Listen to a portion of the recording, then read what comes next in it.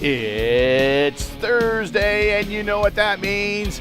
For the 5th straight week, we are back at it one more time right here on ERN. It's IndyCar night on the Elite Racing Network. Hello again, everyone. I'm Gary Gonzo. Welcome to Round 6. We are halfway through the season of Elite Racing League's premier championship, the Warriors for Peace IndyCar Series. We come to you today from Barber Motorsports Park for our 100th ever race.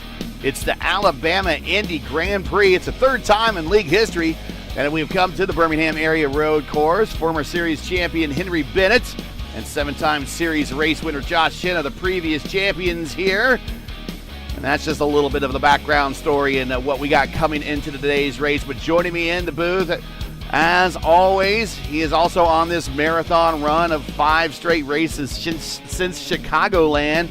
It is Luis Gonzalez-Nunez. Luis, welcome to Barber. It's our second road course of the season. The last one we went to was dominated by Ethan Stanley. Yeah, Ethan Stanley won the Gran Chalamel, they say in Spain, in Europe, when somebody won all the stuff, including the practice and faster laps. So today, different thing. We're gonna come in here in the difficult and tough Barber for everyone. I saw on Boro and Richie Hearn, and really have a struggle with the track. So it's gonna be interesting how it's gonna be on the end, and we're gonna check, because after this we're gonna have 1 week off, and then we're gonna come back again with more action on the ERN. So today in 100 race, and you mentioned Chad is the only one race win 100 times in ERN. Tonight is his 100th start here in the Elite Racing League. Group 1 currently out there, made up of Hunter Smith, Andrew Wood, Cale Pocock, Dan Morera, Victor Aldrich, Jim Herrick, Naiji Camaro, AJ Hobson, Dave Huckleberry, Chris Albrecht. They are out there in the first group here. Group 2 will be our points leaders. These are all 16th and back in points, and that is a good segue to take a look at the points coming into today's round. Here are your drivers' points, and as mentioned, Ethan Stanley with the 16-point lead over Pinero. Foti in third, Norgard in fourth, Clindy with not the great race last time in Dover, still hanging on to fifth. Craig Forsyth in sixth, Frankenfeld in seventh, Keel in 8th, Hearn in 9th, and Blauman in 10th. Most everyone is in the lineup tonight with the exception, I believe, of Forsyth.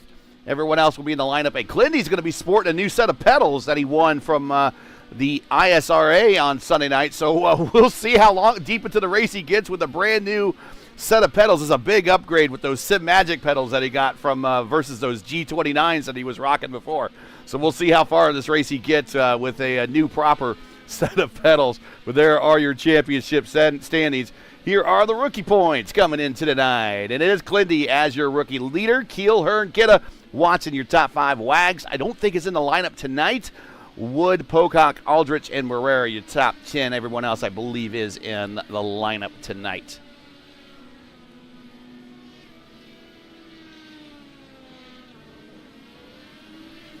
And we'll bring up the track map on the bottom there. There is Barber Motorsports Park, located just outside of Birmingham, Alabama. It's a 2.38-mile, 16-turn road course. We're doing 90 laps tonight, which is 214.2 race miles. That is 100% race distance right there. No fast repairs, so when these guys go off course and hit that grass, it's not going to be pretty. Unlimited tires, but of course we must change tires and switch tires compounds during the race. So we must see that. Either they start on the reds and they must switch to the prime tire, or start on the prime and go to the alternate at some point during the race. There might be someone in the lineup that attempts a 2-stopper. And a 2-stopper to do that is to get the lap 30, get the lap 60, and then go home from there. If you could do it, that is a 2-stopper. Most everyone will be on a 3-stopper tonight. That's going to be pitting right around, the window opens right around lap 22, 23, 24. That's when we expect around first round pit stops to occur. And then the next round of pit stops will probably be right around 44, 46, 48. and then 66, 69, 71, and then, of course, then they'll be running to the finish at that point. No lucky dogs if we do get any yellow flags here. They do happen on road courses from time to time. As a matter of fact, last night, the Formula Indy Series over on P1, we did have a caution at Spa, so it is always possible. Restarts, of course, are controlled by the leader 1 lap after the pace car ducks on to pit road. Currently 7 minutes and 18 seconds left to play. Hunter Ingrev, who survived that first lap wreck accident, if I could say that, at the FIS race at Spa last night. He is currently provisionally on the pole in front of Hunter Smith, who sat on the podium and finished on the podium at the votive race on Sunday. Cale Pocock third, Andrew Wood. He is teammates to the previous winners here, Henry Bennett and Josh Shin. Wood is in fourth. Dan Marrera, the Rookie of the Year in the Formula Indy Series, the amateur division winner in the Formula Indy Series. He is currently fifth provisionally. So the road course aces are here to play so far in Group 1. Group 2 now, taken to the track. And you can see that with the baby blue and white Ethan Stanley Dallara out there. Also, there is Chad Frankenfeld. We zoom in on him, making his 100th start tonight in the Elite Racing League for their 100th race. And everybody, thanks for joining us. The qualification track record is held here by Romain Grosjean, believe it or not. Of course, where the IndyCar Series has their finish line for timing and scoring for qualifying is between turn 14 and 15, somewhere in there. So I don't know if we're going to actually see exact track records. We will bring up here, I'll put on here the fastest lap time. Boom. It's in the middle of 14 and 15. So yeah. Before they coming into the pit is when they have the line. So they have is in between 14. That's why they have many people on IndyCar, the real life. They mess in between 13, 14, because that's the point when you have the pole. And the track record is a 105.8396, set in 2023. The active race wins leaders here is Joseph Newgarden leads all drivers with 3. Will Power, Ryan Hunter-Reay, and joining them on the list last year is Scott McLaughlin. Each one of these guys have 2. In fact, McLaughlin has won the last 2 races here in the real world. He is your defending race winner from the 2024 season, going into the 2025 race here in just a couple of weeks. And another fast fact, just like Iowa, this is one of the few tracks remaining on the IndyCar schedule that Scott Dixon has never won at yet.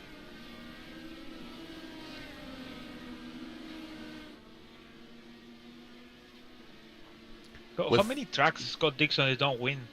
It's a very select number of tracks. A very select number. It is a very small number. You might have to dig that one up, but we know at least 2 of them. And that would be Iowa and here, Barber. Here we see cars entering Charlotte's Web down there in turn number 5, one of the key passing zones. If you enjoy ERN's coverage of the Elite Racing League's Warriors for Peace IndyCar Series and respect the stream, please do us a solid. Make sure you support us by subscribing. And while you're at it, don't forget to smash like and click the bell so you don't miss out on future ERN broadcasts. Got about another 3 minutes and 57 seconds left. Do want to thank the Warriors for Peace once again for being the title sponsor of the Elite Racing League's IndyCar Series. Warriors for Peace is an Indianapolis-based nonprofit organization working to end violence and inspire peaceful change. Founded in memory of Jack Shockley, they support youth through scholarships, mentoring, and community programs. To learn more to support their mission, visit their webpage at warriors4peace.org or follow one of their socials today. All the links you need are in the description. I want to thank Warriors for Peace for their continued support of this signature series for yet another season.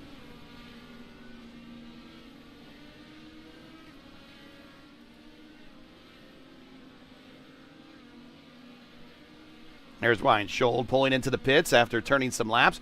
Currently still Hunter Ingrev on the pole provisionally with a 108.1. Stanley also in the 108.1. In fact, 2 cars only in the 108.1s, and it's just those 2. Stanley the 101.164. Ingrev with a 108.153. So a 108, 153 versus the 164. There you go. Blauman is third with a 108.4. Foti is fourth with a 108.5. Hunter Smith, 108.6. Schuld sixth with a 108.7. Norgard, Pocock, Wood, and Marrera, your top 10. Still out there with 2 minutes left. Drivers turning some laps, see if they can improve their times, move up higher on the chart. The little red triangle next to everyone's names indicates they are on the alternate Firestone tire. That is the softer, stickier tire that gives them the fastest overall lap times, but not the lifetime that they need to go on really long runs. In fact, this is probably going to be a prime race. Most everyone's going to be wanting to use those primes and stay off the alternates for as long as they can possibly can, or as short as they possibly can. I think it could be they can use it at the end. I think always the alternative is better to the end on the stint. But the problem when you do it on the end of the stint, always happen. Oops, I forgot to click. Oh yeah, you forget to click that says, "Hey, change compounds." Yep. And as you see here on the map, I mean, you do have a couple of areas between 4 and 5. From 5 to about 7, from 11 to 12. You do have some areas here which you can look away and go to one of your black boxes and change that information, but not a lot of places to do that around here. So you got to be careful that when you look away and go to your black boxes that you're not quickly approaching an incident or a braking zone, because if you do, you look here, that's a lot of grass, and there's not a lot of kitty litter around here, and you hit the grass, and like that area right there where we're looking. And this is right around in 13, 14, 15, 16. You get off into the grass there. There's no kitty litter to slow you down. You're off into the Armco or the tire barrier. Yes, it is. So is Adriano Piñero on board. Now he touched the grass. And that is not allowed for him. So he had to make it one more lap. So I was follow Stanley. And I saw in front of him in turn 2. Yeah, in turn 2, Norgan, he went to the gravel, and he bring gravel to the track. And it's crazy how this gravel in between turn 3 and 4, turn 3, and this is the track line. So the tire is getting dirty when you go to that big break on turn 5. So if you want to follow, it's a check of flag. Turn 7 and 8, you have to break it in between 8, and that's tough because you have to eat the sausage, basically over there on the curb. And then the other one is that the blind turn 12, 13. And then you're going to the right of 14, 15. That's his Ethan Stanley to the top in overtime. He gets in during the last lap. He goes to the top, 107.9. Sorry, I didn't mean to cut you off, but final laps are being checked in for the pole here. Piñero goes second with a 108.1. Ingrid now down to third. Schuld fourth. Blauman fifth. As final laps are being checked in right now, and that is it. I believe everyone is off the course. Wow. So that's... he did a good lap. He does a fantastic lap. 0.128 over Piñero. Yeah, there you go. You see the intervals as we still have the time being recorded. Here we see Ingrid. We see Marrera and Clindy. As we get the flyover here. 14 seconds left, and that will pretty much do it for us here for qualifications. That means Ethan Stanley's going to be your pole sitter, and he will win the 4D Pole Award. Elite Racing League's Pole Award goes to Ethan Stanley, and sponsored by 4D Racewear. Check out their line of made-for-sim racing gloves, shoes, and apparel. Visit them today at 4dracewear.com or click on their link in today's description. Ethan Stanley gets a valuable point there for finishing or starting from the pole, qualifying on the pole, and we are getting ready to go racing.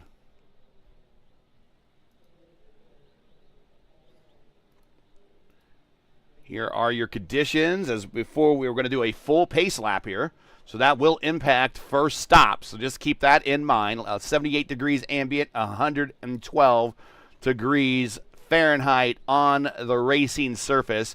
43% humidity, not the 99% humidity we had last night in the Formula Indy Series when the fog rolled in to Spa.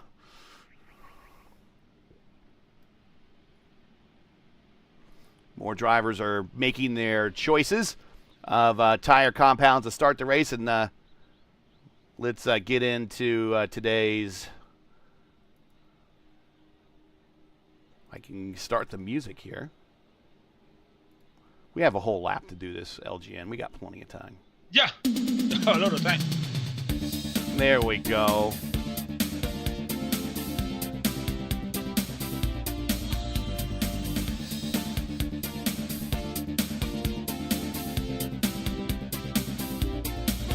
Here is your starting grid from Barber for the Alabama 80 Grand Prix. Stanley on the pole, Pinero, his chief points rival, right next to him. They're going to start from the front.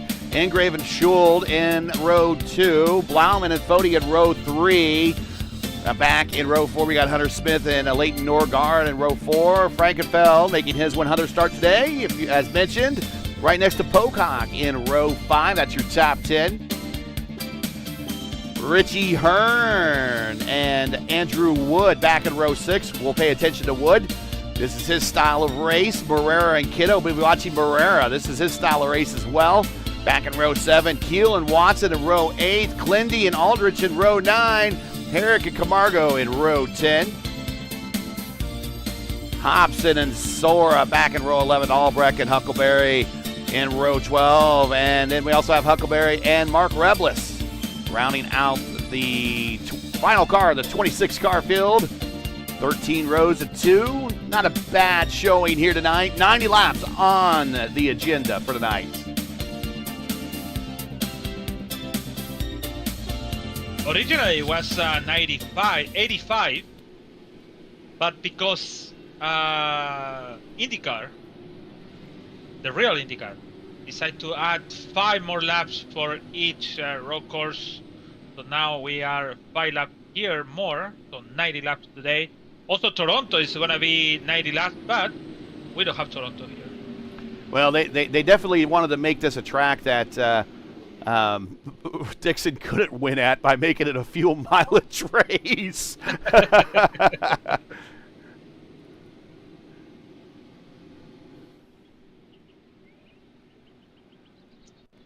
So Ethan Stanley with alternatives, then from Pinheiro to Brian Bloman with primary, then 40 Norgard, from Richie Hearn to Thomas Kuhl with the alternative.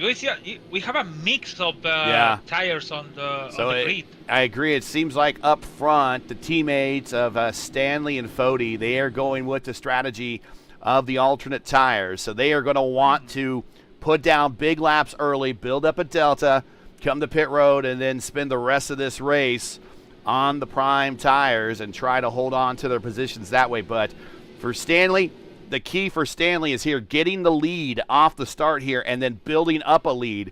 The key for Foti is he must in the opening laps get around Blauman, Schuld, Ingrave, and Pinheiro as quickly as he can. Otherwise, when the good of those red tires wear off, he's going to be at the mercy of those drivers on the harder prime tires, and they will eat him up as the degradation starts to tear into those softer alternates. Here we go. We're lined up, getting ready to go green. Very dangerous pit road entry here. We'll be watching drivers as they try to navigate that at full speed during this race. Coming around the final corner for the start of this race. 90 laps, round 6 underway. Green flag. Green. Oh, thank God. Thank God Gitan Stanley waited to all these people on the back stay on one line.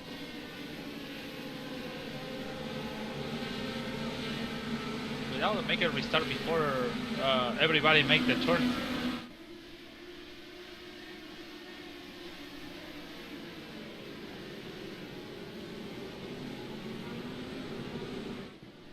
Fode's around Blauman. Now he's taking a look at Schold. He's going to try to get around Schold. Be careful of this turn. This combination of corners, not my favorite. Probably my least favorite in all of IndyCar racing, active IndyCar racing. I just don't see Eric. Don't see the need for really Herrick off right there in that set of corners that I don't really see a need for. It's just straighten it out. Back himself. Oof. Hard break for him because AJ Hobson have a kind of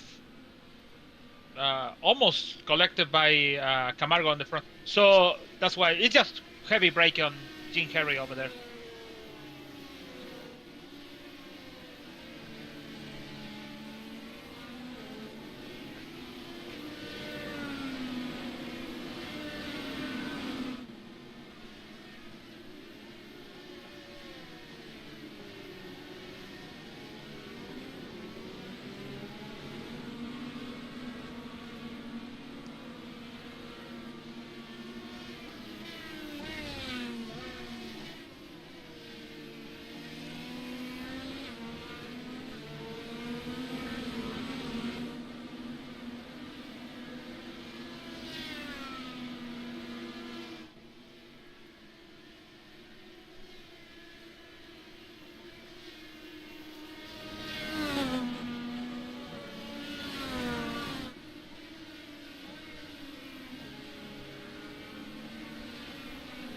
All right.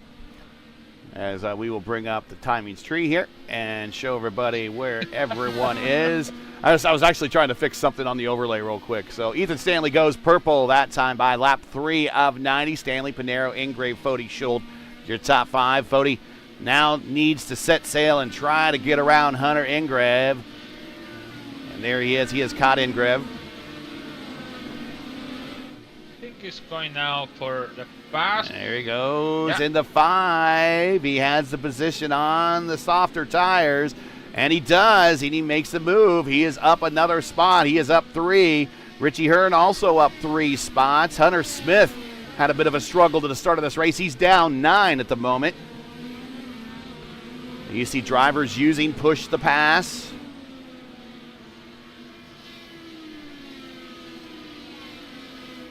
Yeah, I think so. Tyler 40, 993.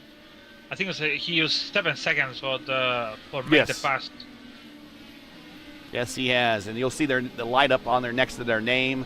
You'll see on the tree there next to Stanley's name, if he ever uses push to pass, where underneath where it says SEC second there, will light up. It'll say P2P, just like it does Norgard right there. And the red triangle indicates he is on the alternate tire. The white triangle, the white outline triangle that you see next to Pinero's name, that means he is on the prime tire. Pinero improving his road racecraft on road courses. Has had pretty bad luck at the last couple of road courses we've been at. We can go back to Detroit last season. We can go back to Sonoma just a couple weeks ago, where he had a bit of a rough start there. Got muscled out on the first lap with in a battle with Fode.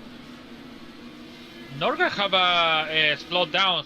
He have to go and slow down. Sorry, he jumped to the turn 9, so it should be Richie Hearn get a new position. Should be now. Well, he's not letting them have it. It's going to make Richie kind of work on it to get there. As they go through the far end of the race course, now they get to make the turn down the pit straight. Ethan Stanley, another purple lap. So the red tires are at least good for 5 laps.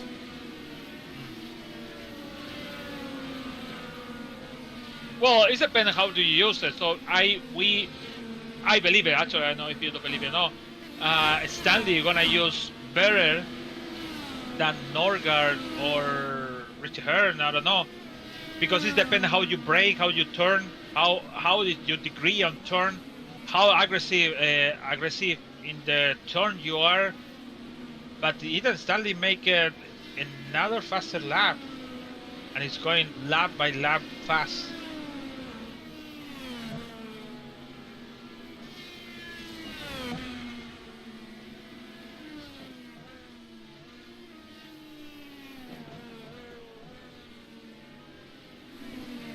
And Stanley is coming up to lap traffic in the form of Jim Herrick, who did, you saw make that spin in turn 7, 8, and 9.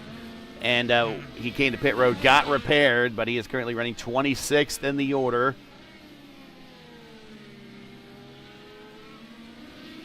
So everyone's kind of settled in. The passing is kind of slowed down now. Fody up 3 spots. He's one of your biggest gainers of the day. And Richie Hearn back there in 8th behind Norgard. Norgard has reached Blauman. And now we're starting to pile up behind him here as Blauman's kind of holding up those behind him a little bit. And now we're going to go side by side, both of them on the button, as you see. And they need to get in order pretty quickly for this turn. And Norgard gets the position on Blauman. And now does Richie Hearn attack as well.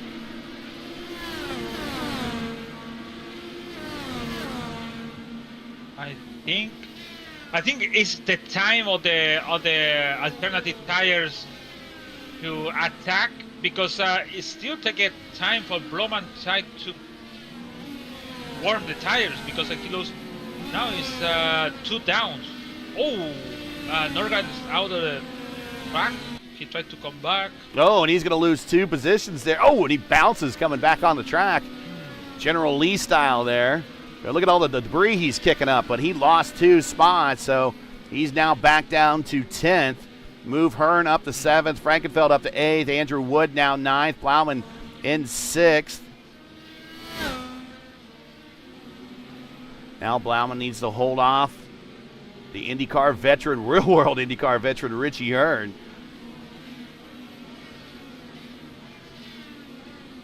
So most everyone's probably looking at a 3-stopper. Will anyone make the gamble for a 2-stopper? We always see, every time we come here, last time we actually did come here, I believe it was for the iRacing IndyCar Series.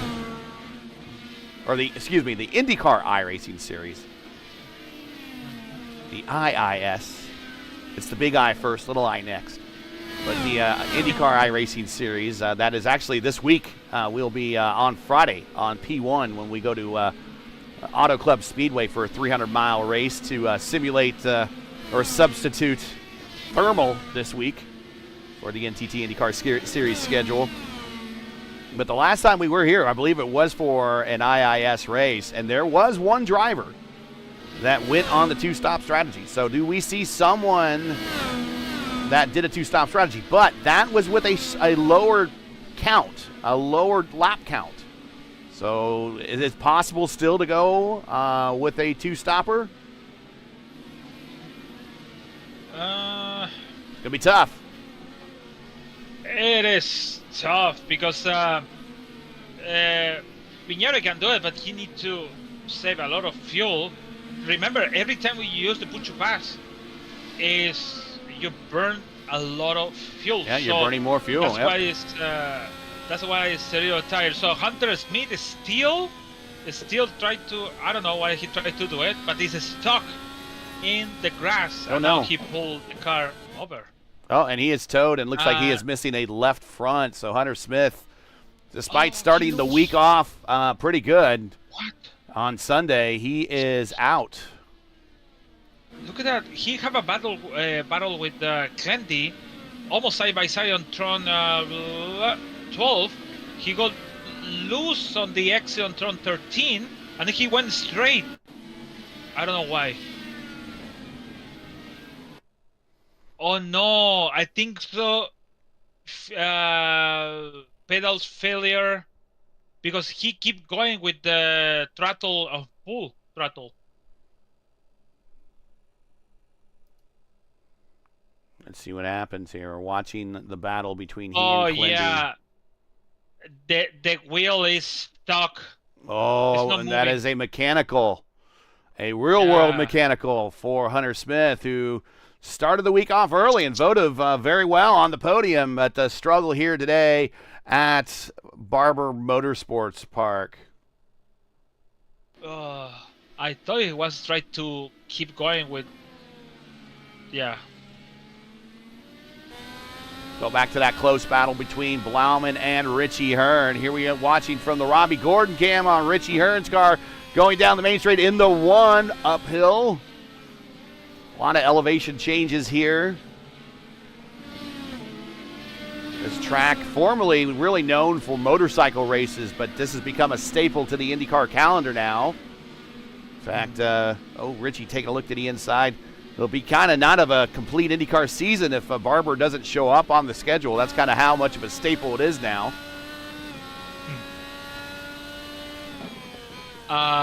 40, it is really close to Piñeiro. It's 5/10 over there. So, yeah, pretty close to Piñeiro. Just he waited for the mistake. He almost have the position of the Piñeiro 1 lap ago, and now is. Oh, Richie goes wide. Oh, power slide. Oh my God, he caught it. What a great catch. Wow. We saw in the NHRA when he came in to the pit, and he power slides on the entry of the pit, so he knows how to do Tokyo Drift and all this stuff. Foti and Ingrave both running down Pinero now. Here is the part of the racetrack with the, where is that? The part of the race course that has the pedestrian bridge, but has the mannequin hanging from it. I don't think that's actually scanned in the game. If they ever rescan this track, I hope they include that little level of detail.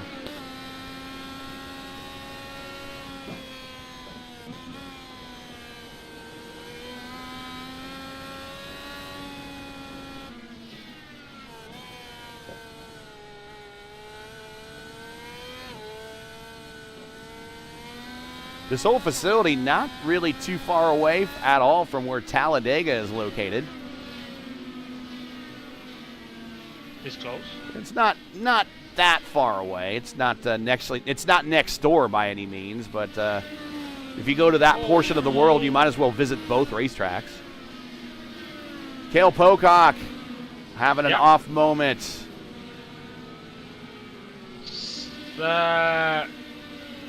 Difficult.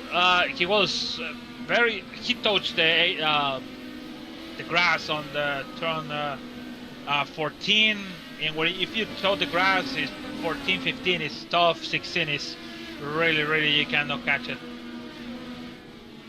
Now watching a 3-car battle, Kiel Kidda and Morera, my hero, as they are running in a bit of a train at the moment. Here we come into the weird chicane area, and then they turn and they go right in front of the museum. There is a car museum here on the grounds of the course.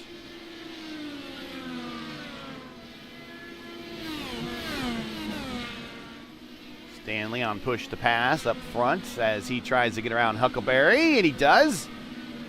He's now got 2 cars a lap down, and just that lap alone, he gets around Dave Huckleberry and Mark Rebilas as he works his way out to now a 7-second lead. So the question is, he was fast on practice? Yes. No. Yes. Piñeiro was fast on practice, so Stanley is, he don't want to get the Grand Slam today. Well, if the Grand Slam, I thought the Grand Slam was lead the most laps, win the pole, win the race, and get the fastest lap. Right now, he's got the fastest lap. He's led every single lap. He got the pole, so he's now needs to continue leading every lap and get the win. I thought that was the Grand Slam. No, it's included the practice of the group. So at the top of the hill.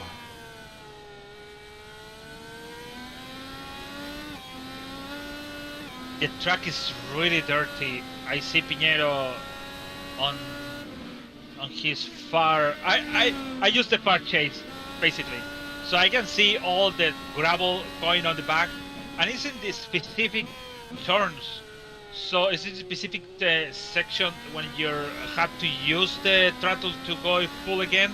And it's dirty over there. It's not really a big problem, but in the real life for sure, it's really, really big problem over there.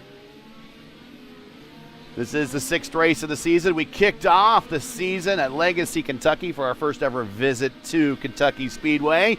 Tyler Fode won there. Adriano Pinero followed that race up with a win at our first visit to Chicagoland, and Ethan Stanley followed that up with a win to our first visit at Sonoma. Then we had our first 500-mile race of the season at Auto Club for round 4. Pinero won that race, so he now has the kind of leg up in the crown jewel department at the moment.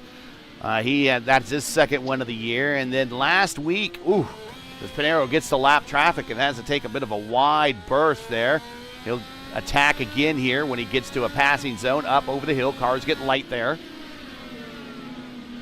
Last week, Ethan Stanley won his second race of the season with a win at Dover. And a lot of that had to do with driving to survive. A lot of it also had to do with catching a very fortuitous yellow that put most of the field a lap down with the exception of about 3 cars. And he led that last stint and got the win there for his second win of the season. First win on a short oval, first win on an oval since his first win at Michigan. That's his first career win. He now has 7 wins, and if he gets a win today, he will be in 4th place all time on the wins leader list here in the ERL. Nice. And he'll be behind, actually, this guy right here. Here's the career wins leader, Adriano Pinero. 17 victories here in the Elite Racing. Leo Pinero blinking out. Do not want to watch him drop a race by lagging out. That will not be very cool. No, especially with the championship, is every single race count to the end. He don't want that. So Andrew Wood is very close of Richard Hearn, and also Bram Frankenfeld is really close over there, and he have a lap down in between Richard Hearn over there. Yeah, Hearn, Wood, Frankenfeld battle for P7. And here is the, while we watch this battle, here are the schedule for the rest of the season. We get a week off after this. We go to Long Beach, and then we're really into the second half of the season with Nashville, Indianapolis with the Grand Prix qualifying carb day, and then the 500. Then our throwback race at Milwaukee, and then we will finish up at World Wide Technology Raceway, as we always do for our double points race finale at Gateway. And we got some new ads in from Gateway and World Wide Technology Raceway for their upcoming 2025 ticket schedule. You won't want to miss those when we have them on. Some new ads. So we're looking forward to that when we go side by side a little bit later in the race. Hearn, Wood, Frankenfeld getting around Huckleberry. Stanley now with an 8-second lead over Pinero. That's unfortunately. Richard Hearn catch Dave in turn 1 and 2. It's kind of blocking, but it's like, what kind of thing I can do? So I stand on the line and try to don't block you, but yeah, it's really tough that turn. And now it's getting a little more close, good over Hearn. And because that, Bloman is go for 2 seconds over Richard Hearn.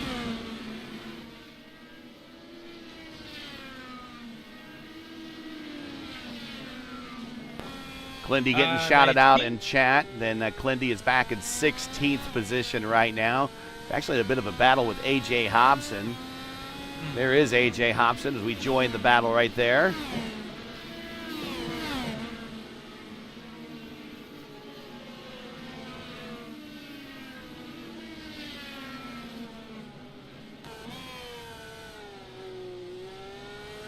Lap 18 of 90.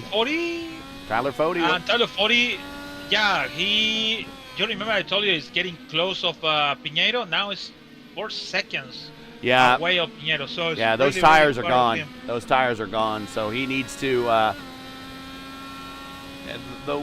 I've heard some people saying about 18 laps on a stint for these tires if they wanted to do something like that. The window, I guess, would be open for that if you go by that intelligence. We'll see if he makes a dip down pit road sooner rather than later. Nope, he just missed entry, so he's going to stick to his schedule.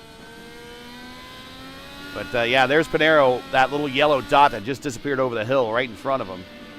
And Ingrave now starting to reel him in a little bit. So little bit slice of wood, and Chad is getting close on Andrew Wood over there in front one.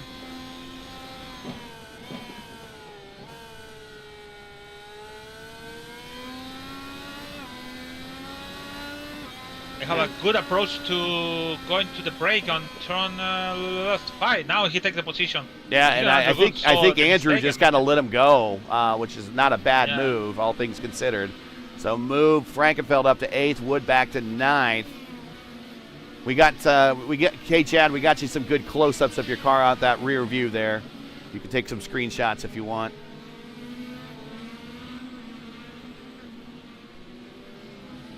Ethan Stanley on the main straight. So he is now beginning lap 20. So we're getting very close to first round pit stops, opening the window for a 3-stopper.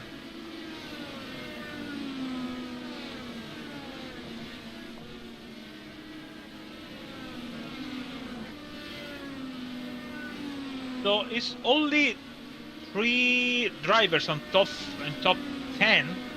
He didn't use yet push to pass. So one, Adriano Pinheiro, Engrave, and Ryan Schultz. The other ones, they have already used it. Frankenfeld is the lowest one with 144 seconds. There is the push pass situation. We bring it up on the tree. Stanley 194, Pinheiro 200. Fody 193, Ingrave and Schultz also at 200. That is your top 5. So that might be indicative of the strategy they're playing with right now. Or it also could just simply be they just haven't been in a situation where they've needed to use the button yet. And that's kind of fortunate for them because that just kind of helps the fuel mileage. But sometimes that is a bit of a hint to their strategy, as Ingrave now is to the attenuator of Fody now as they come through the final set of corners and onto the main straight. If they are on a strict fuel save schedule and strategy, they can't go to the button at all. Yeah, so now Frankenfeld used the button. That's 139 seconds. It's getting close of Richie Hearn. It's just 3/10 faster Frankenfeld because that.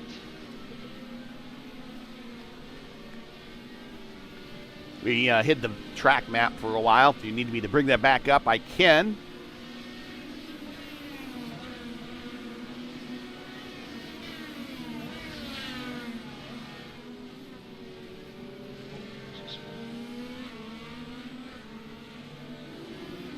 Ethan Stanley now starting lap 22. And so halfway through this lap is actually when the window opens. So we will see, does he come down pit road right off the bat and early to get off those tires? Or does he go deep into the run? The 8-second lead he had is now down to 7 seconds. So he is turning laps in the 109.3s. But the thing is, the guys behind him, well, his chief rival really is Pinheiro, is turning a slightly faster lap at a 10th faster. So interesting because we talking about we follow Richie Hearn and Chad and Wood, but Fody have problems now because Ingrave with the primary tires, it is close with Schultz to the top 3. I think Fody need to come in. If the tires need to change, it need to do it now because it's gonna lose time, and it's slow for 4:10. Sorry, 2/10. Whoa! Ingrave almost lose the the car over there.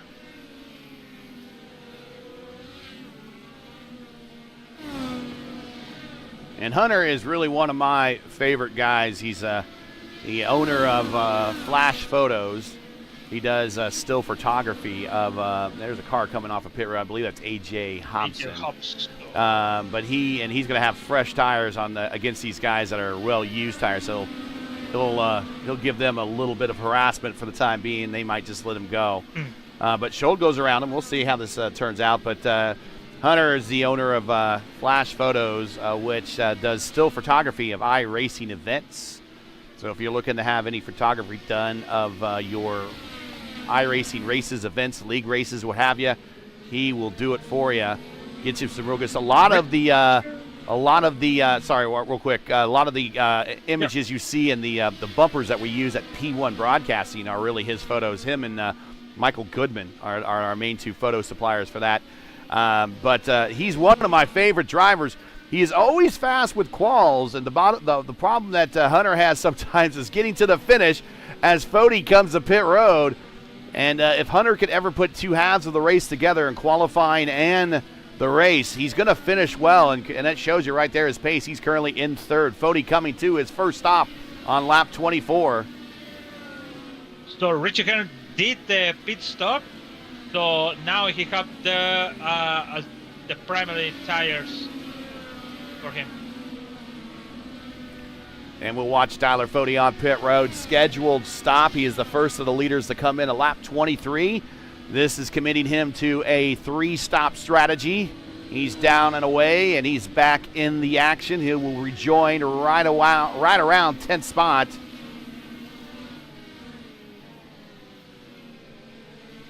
He'll be down in 9th now. Said Richie Hearn stopped. Richie Hearn is in 14th. Leader coming to pit road, and look at that pit road. Very slippery, very narrow. A lot of incidents happen on pit road. And Stanley navigates his way through, so he's committed himself to the 3-stopper as well. James Watson on pit road. Hunter Ingrave coming to pit road.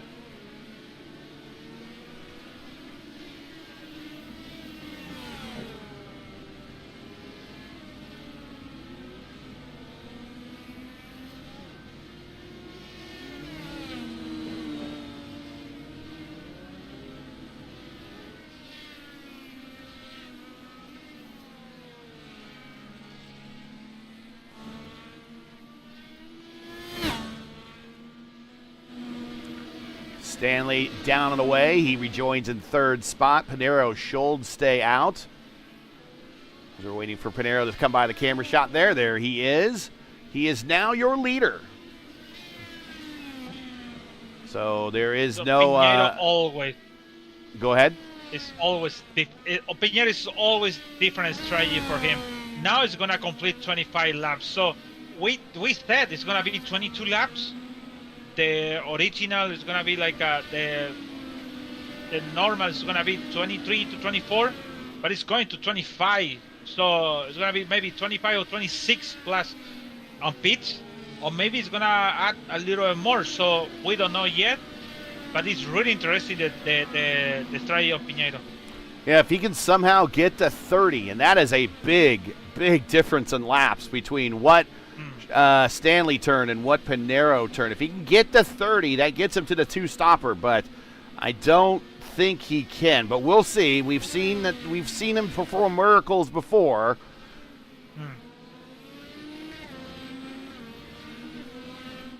Pinero, your leader. Stanley now back up to 2nd. Fast. Yep. Hunter Ingrave now 3rd.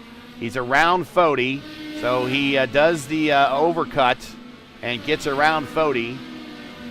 So move Hunter Ingrave now up to 3rd. Ryan Scholl right behind this battle in 4th. Blauman in 6th. So we get the camera on the Air Jordan. There he is. Frankenfeld in 7th. Richie Hearn at 8th. Andrew Wood in 9th. There is Andrew in the faux wood-sided station wagon.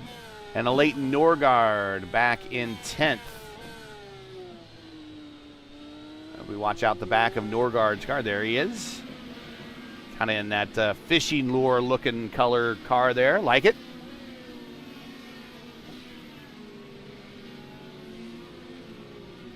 Pinero on pit road. It's really out. Yeah, it's out and ready to go with the alternatives. And so he's going to go on the alternate tire. Maybe throw some laps down. We'll see how well he does with those tires. So everybody has come to pit road. Everyone has completed their first stop. It looks like everyone is going to be on the 3-stop strategy. I don't think anyone's going to make it to 2 stops. Kalindi, front end of his car is shaved off. Yeah, so incident with AJ Hobson. He said on chat, I froze. So the car imagine his kid froze and he braked in the middle on the turn 2. That's why Glendy have a no front wing over there. I think we'll watch this here. There is Hobson right in front of him. And I think you're going to see what happens right in front of him right as he comes around the corner. Oh. Oof. Jello. Oh, caution. Jello. Yes, sir. Is that because of the AJ Watson or AJ Hobson? It should be yes, because I don't see any other car with incident.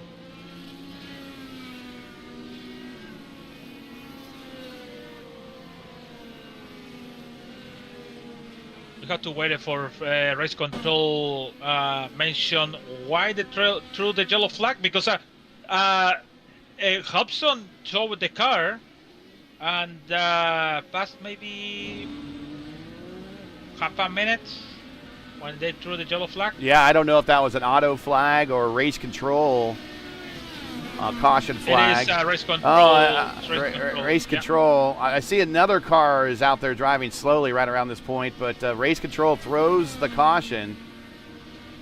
And that changes the strategy. We do not see this very often. As we see Glendy come to pit road with repairs done to his car. But so now, the safety yellow is for the 63. For the 63. Okay, that's for Hobson. So AJ we just saw that incident. Yes, so they must have been in the racing line long enough to classify. Ooh, Pocock coming up to the back of the queue here pretty quick. Slow down there, buddy. But it must be that, they were in the racing line long enough to get the caution. If that was race-controlled thrown caution, not an iRacing caution, they must have thought that there was enough of blockage there to go ahead and throw it. So we are under caution on a road course in a rare situation. Gosh, that's two straight road course races for me to go under caution. Maybe I should buy a lottery ticket. I don't see that happen very often. But Ethan Stanley, your leader, now that shrinks the whole field up. It also changes the strategy around that at anyone that doesn't want those red tires, they can get off them now. Yeah, so I think Adriano help them to this yellow flag, but the only one to help him is Albert Rebilas Photo is in between with Stanley. So if it's Formula One, they should be go, and they have just like the Verstappen and Hamilton incident on Abu Dhabi, where they have 5 cars over there, and Markov Masi said, "Oh, this is what he said? This is a race. It's a race cars. So this is racing." They told to Toto Wolff. But anyways, that's kind of true. The thing is, I hope that these 3 cars is going away. Actually, well, we'll see who comes. We'll come to pit road. Is anyone coming to pit road? Ethan Stanley. So he is coming to pit road. He's going to give up the lead, and Hunter Ingrave, not a bad idea to follow the leader. So we'll see if Stanley decides he maybe likes the alternate tires better. he might want to come to get those put back on his car. Yeah, he's going back to the alternate tire. What does Hunter Ingrave go with? Hunter Ingrave goes with the alternate tire as well. There are no tire limits in road course races here in the Elite Racing League and the Warriors for Peace IndyCar Series. So if you got them, smoke them, as I say. So Stanley gives up the lead. He's still going to have to pit again. Everybody's still going to have to pit again. But Pinheiro now gets the lead. Now, Pinheiro is only on 3-lap-old tires. So this basically puts Stanley on the same strategy lap-wise, almost, as Adriano is. So I don't understand why Stanley... Well, makes sense. I'm not sure about giving up the track position in a track that's very hard to pass at. And I'm with you on that. I'm going off that he's smart enough racecraft-wise that he knows what he's doing out there and giving up that track position. But that puts him back in the danger zone that there's lap cars back there. There's people he needs to pass. A lot of stuff can happen around him that can derail his race at this point instead of just being up front and having track position on everybody and sticking with your strategy.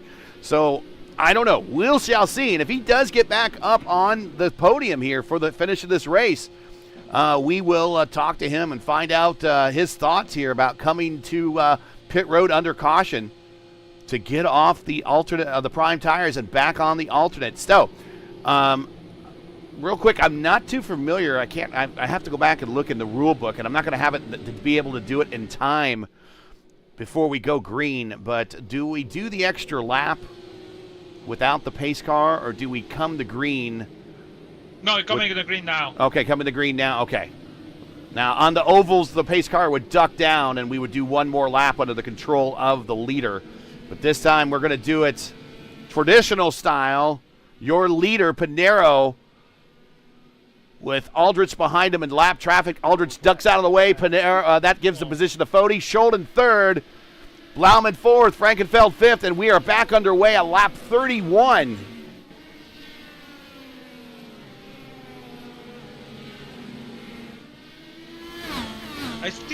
I still don't think Stanley did a good move on about that, because he had like a 3 lap down in front of him.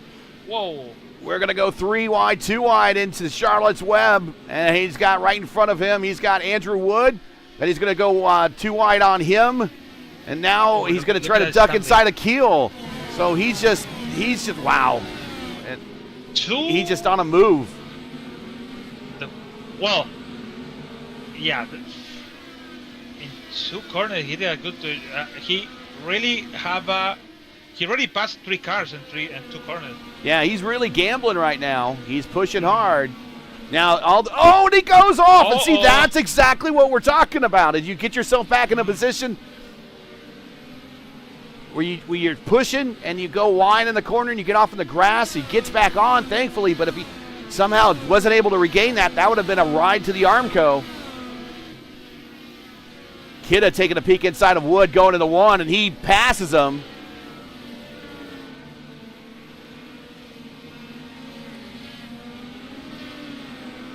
So now Ethan Stanley now needs to try to get around IndyCar veteran Richie Hearn. Can he do that off of Charlotte's Web? He's going to be on the push to pass button. I see a question in chat asking about the push to pass.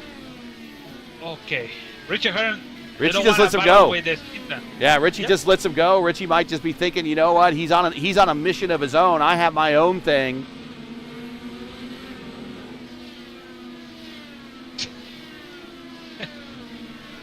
So I saw a question in the chat asking about push to pass, and so Paula, I know you watch a lot of Clindy's races. A lot of Clindy's races are on ovals. So there's no push to pass on ovals yet.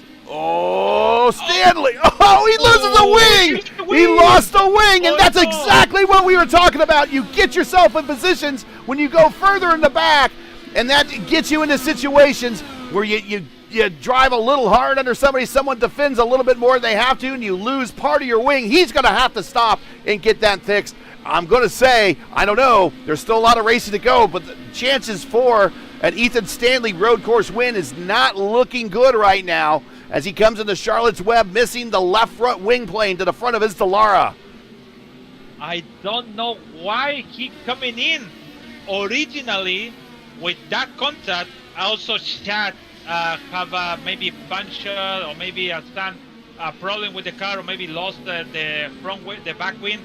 But it's really don't understand why Stanley coming in with dominate front. Look at that, he's out of the track, so he needs to come in like you said and try to recover and try to save the day with new front wing. We'll watch him as he makes the move to pit road, and he's coming down. He also needs to be careful on pit road, but we're going to go back and watch that. I have to rewind a little bit, so bear with me.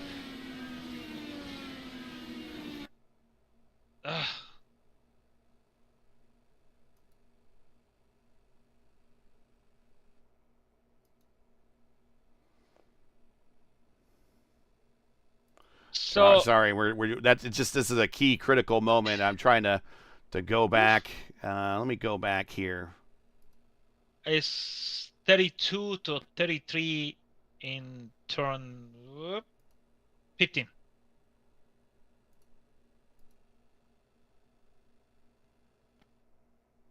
Here we go.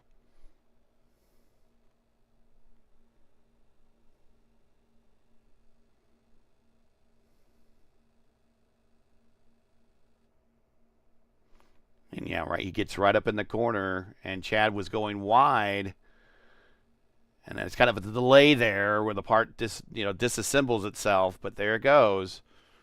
And then, you kind of wait for another second or two after to see if iRacing forgives everybody or not, and iRacing's not going to forgive him coming to pit road. So that's what you have to prevent when you're fast. The car in front of you is make the wrong line, and you have to be waited and be precaution for the guy on the front of you. So that is Stanley didn't, and he make contact in front of him on chat. So your top three now is Pinero, Foti, and Blauman. I think Blauman got around Scholl. Oh, yeah. Hunter is brave with Kita and Thomas. And Hunter is coming fast, but he's got can't go past the two cars. Yeah, he is on the alternate tire. Actually, all the cars around him are on alternate tires. He's just a little bit faster at this point of the race. And then Andrew Wood. And then there's a group of cars right behind him led by Presley Sora. Presley's up 12 spots to 10th. Richie Hearn is fading to 11th at the moment. James Watson in 12th. He's up 4 spots. Dan Morera now 13th. Cale Pocock back to 14th. As he tries to go on the outside of Morera, and he gets the position. So not a bad move there. Norgard coming to pit road. Not sure why. Is it just to get off these alternate tires to get on a set of primes? But this can't tell if this is a scheduled stop right now. He's only 5 laps into this stint, so he might just have said, I've had enough, or there could be damage. Oh, have a contact. Have a contact with Dan Morera. That's why they're talking about in chat about these two cars. And he's behind of Presley Sora. So in turn 6 and 7, Morera came for inside. Oh, I think Morera's left front. I think Morera's left front wing is a little damaged. Yeah, that's why Norgard came to the pit to recover his. Yeah. Okay, while all this is happening up front, Adriano Pinero a couple laps ago sets the purple lap at a 107.9. So he is putting on a full court press at the moment for those of you watching the March Madness games of the course here at Barber Motorsports Park. Oh! Hunter and Grave almost lose the car on front to Kita, and he make the pass with the car loose on turn 2, 3. And Andrew Good is coming for Kita over there. Yeah, I'm going to go back a little bit further as this was set up a little bit before then.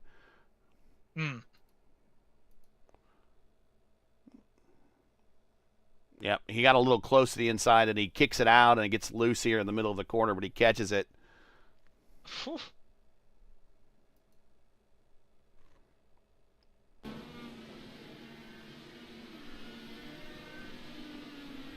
So you, real quick, well, I might have to do some mid-race research.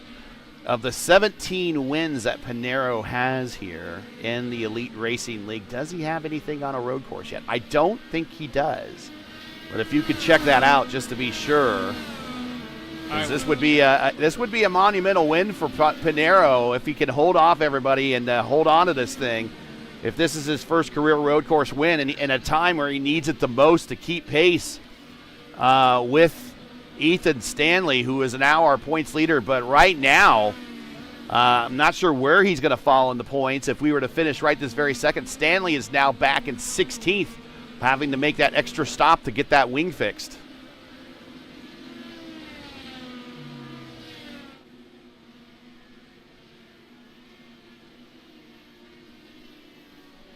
While you do that, Tyler Fode is now second. Go ahead. No, keep going, because it have a lot of wins. Okay, I think I see here Long Beach 2024,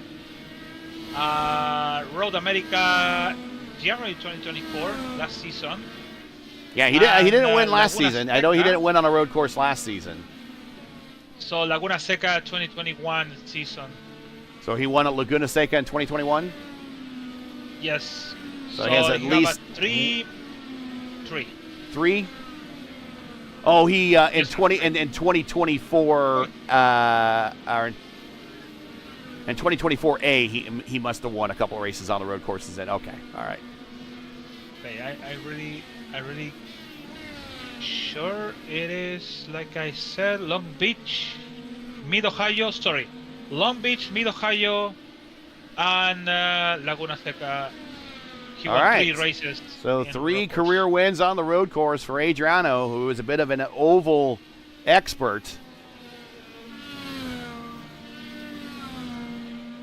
So I can tell you over who. Let me see.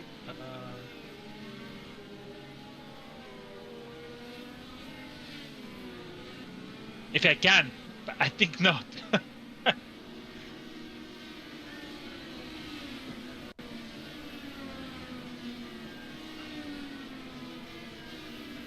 So you said. Oh yeah. So you said so 2020. You said at 2021.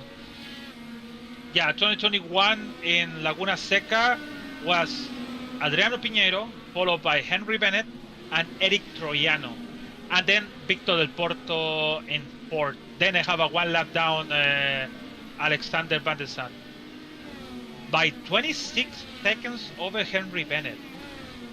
In Mid Ohio, Pinheiro won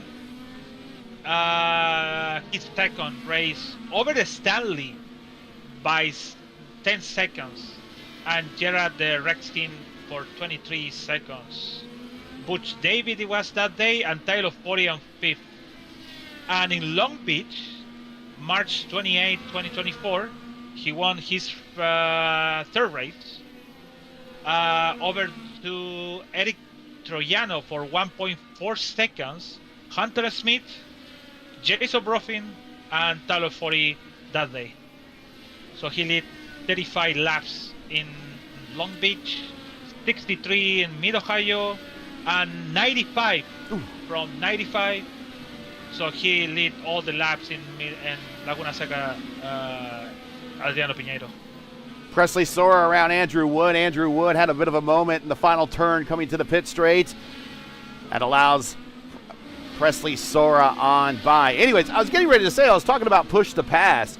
So push to pass is what they use in IndyCar to kind of allow to get yourself a better passing opportunities in IndyCar. It's a momentary burst of horsepower that drivers can use to defend and to attack. They have 200 seconds of it. Anytime they use the button that they have mapped to their wheel, they push the button and it'll start deducting in time and seconds. That's a relative new feature to the cars here at iRacing. It used to be you had 200 seconds, but you had like 10 pushes of the button or 20 pushes of the button. I forget what it was. I think it was 10 pushes of the button, and it would just deduct 20 seconds whether you needed to use them or not. The latest update of the car is when you use the button, that's when it starts deducting, which is more along the lines of what they do in IndyCar for real. So you have 200 seconds of this, and the more you use the button, the more it's going to eat fuel. And the less you use the button, of course, you don't use as much fuel. Now, in IndyCar racing and modern day, right now, every day, if you watch the race like this weekend at Thermal on Fox, you will see that they'll talk about push to pass, and then they'll also talk about the hybrid. The hybrid is a new piece of technology which has not been enabled or implemented on these cars in the sim. And what it is a battery pack and an electronic motor that adds a momentary burst of horsepower as well when they go to using that button as well. And that's another button they would be using for push to pass. So you have traditional style push to pass, and then you have the hybrid that they would use. And also the hybrid is not only used on road courses, but they will also use the hybrid on ovals. We've seen it only really used at, I believe, Iowa, I think, and then we also saw it at, we saw it at Iowa and Nashville and Milwaukee, I think. So we'll get the chance to see it at Indianapolis for the first time this May, I think, if they decide to use that implementation, which I think they will, with all the money they spent on new engines and everything. But you will not see the push to pass that we're using here on the road course implemented on ovals. If that makes any sense. Hopefully I may clear that up for you. Wait, they use it in Toronto too. So Mid-Ohio, Toronto. Oh, yeah, I was talking about the ovals, if they use the hybrid. Oh, no, yeah. Oh, yeah, Nashville, for sure. Yep. So let's run down the line in order here as we're about to the halfway point. It is Pinero, your leader, by 2 seconds over Fode. Fode in second. Blauman in third. Ryan Schold, he is a distant fourth at the moment, but still hanging tough. His teammate, Frankenfeld, in his 100th start. Along in the 100th race of the Elite Racing League's Warriors Peace IndyCar Series. Today, he is running fifth. Hunter Ingrave is in sixth. Thomas Keel, there he is in seventh. Kidda in eighth. And just behind Kidda is Sora. And just behind Sora is Wood. So a couple cars looking very similar in that group. That is your top 10. And while we're talking about our top 10, I do want to mention and shout out Blue Egg Marketing, one of our premier partners here in the Elite Racing League. Rev up your business with Blue Egg, your marketing pit crew. Turbocharge your lead generation with experienced drivers that can navigate the competitive track to connecting with your customers. With Blue Egg, you're always in the pole position, leading your brand toward victory lane. Don't spin your wheels. Accelerate success with Blue Egg, fueling small businesses to win big. To learn more about Blue Egg, all the information you need to do is in the description. Just click on the links there. One of the premier partners here of the Elite Racing League and the Warriors for Peace IndyCar Series.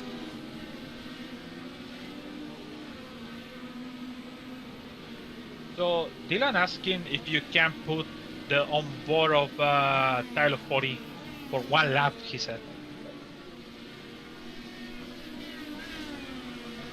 Sure, we will do that. It's really close of Pinheiro, actually. Yep, right in front of the museum and business offices there.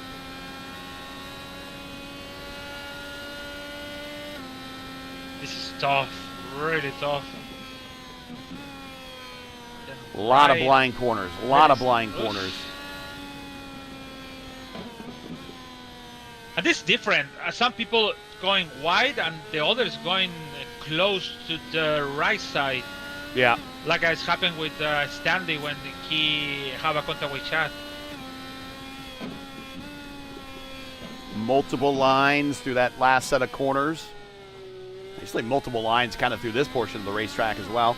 Then it gets, cars get light right here. At the top of the corner, cars get light. This is where Newgarden had a big wreck a couple of seasons ago in that portion of the racetrack. Into Charlotte's Web, one of the passing zones.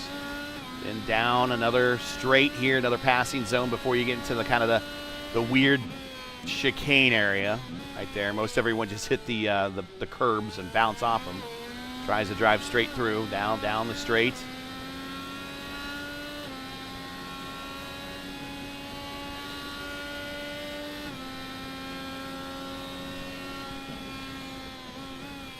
Adriano Piñero. Brown, Ryan Huckleberry, 801 to leave. Yeah, with 3 laps down. 801 to now as he leave the position. So pretty tough. Even with 40 is getting a little bit close and then go away and then leave it close. They do the same laps. Actually, Piñero is 4/10 slow down 40. Yeah, last time by it was a 109.7 versus a 109.3, but there was lap traffic in the way. So now Fody gets to deal with the lap traffic, and he gets a much more friendly bounce on that one as he gets to a straight. So Andrew Wood in pits, and we are half a way to go. Yeah, seeing Andrew Wood on pit road.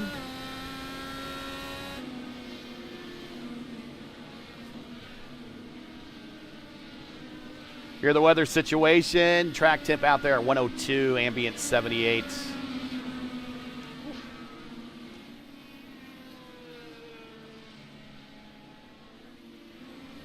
So we started in 114. And that's 102 now. Here's Watson and Hearn for 10th. And Hearn's got a bit of a run on Watson here.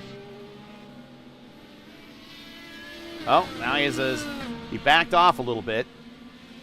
Probably caught him at a... he's going to pit. Coming to pit road, so careful. This is a very tight area, especially this corner right here. We've seen a number of cars bounce off the wall, either in the real world and the virtual world here at this racetrack. Remember too much Laguna Seca pit entry. Yes, but that's Laguna one of Seca is more sharp. It's very narrow, sorry.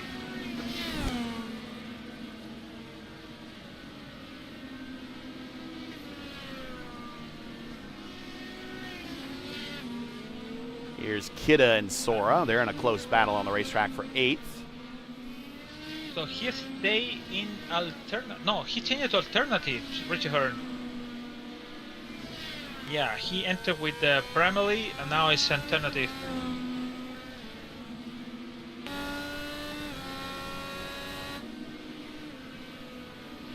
And Tyler 40 on pits now.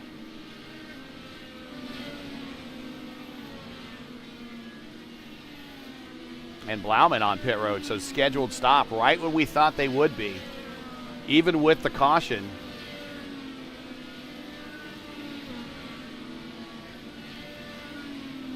We figure to be right around 44, 46, 48. We're at 49.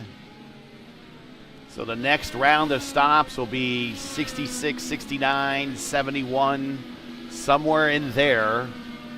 Probably at the high end now because we had those caution laps. And then they will go to the end.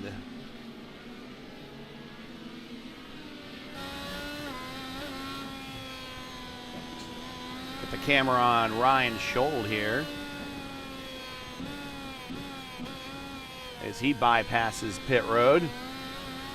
Hey, in December, ERN becomes the primetime home for happy hour at the Brickyard. Join your nightly destination for all the action leading up to the prestigious PRI Hoosier 500. Join LGN and I as we bring you all the action while they practice for the big race. The last kiss of the bricks for 2025 starts here. The countdown is on. Everybody pucker up and don't miss a second of the action. Like, share, and subscribe to stay locked in. We'll see you in December for the PRI Hoosier 500.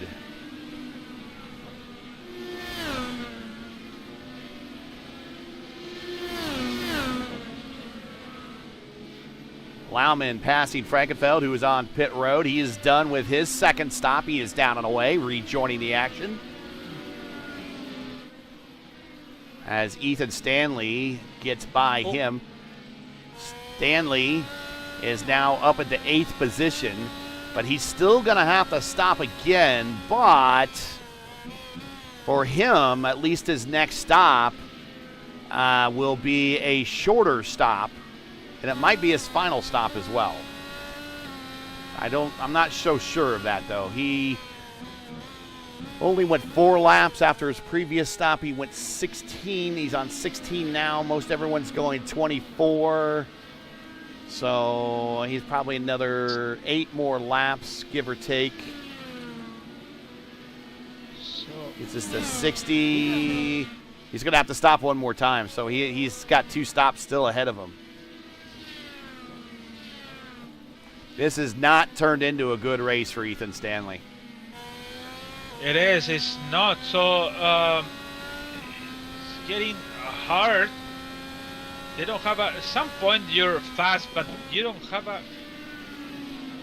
I'm trying to do the math in my head and think of a possibility if he could, do something to get back up, maybe on the bottom step of the podium or so.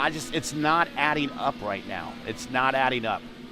He's got to really, really push and then hope for some. He's really pushing right now as you see him getting loose out of the Charlotte's Web area. But he's got to hope for some misfortune of drivers in front of him, or something that we won't see very often at all on road courses. And we saw one today, but what are the chances of 2 cautions happening in this race? Exactly. That's the one I want to. So thinking about it, maybe 4 cars is getting hit in the middle of the track. Oh, Dan Morera, black flag. He's speeding on pit road. You see on front of the Stanley, Chris Albert hit the wall.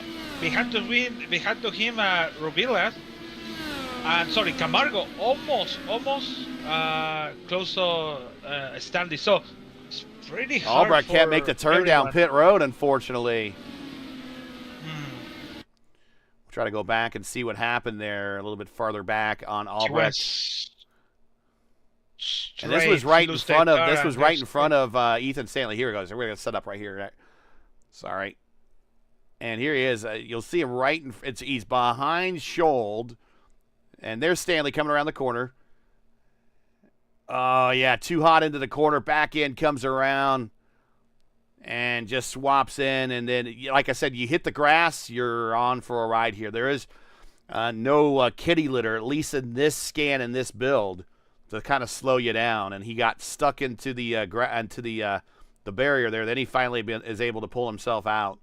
But then it's a tough road to hoe to get the pit road. Presley Sora on pit road for a scheduled stop, I believe. No, that's not Presley Sora. That's Thomas Keel. Yeah, Morera had a black flag. I think he has to do a drive-through. He did a drive-through, but I don't understand. He coming to the pit. Let me see. Pit stop for our leader, Adriano Pinero on pit road for stop with number 2.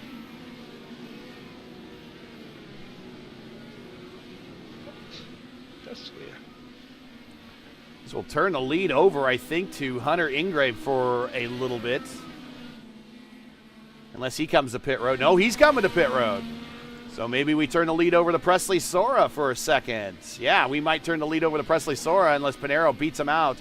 Pinero up on the pneumatic jack still. Now he goes down. New sets of tires. Tank of fuel to get him to the next stop. He's going to probably have to stop one more time. And Sora gets on by, but Sora's still going to have to cut the pit road. He's 24 laps into his stint.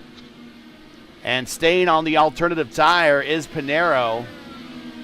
He is out in front of Foti. Foti is 5 laps into his new and current stint.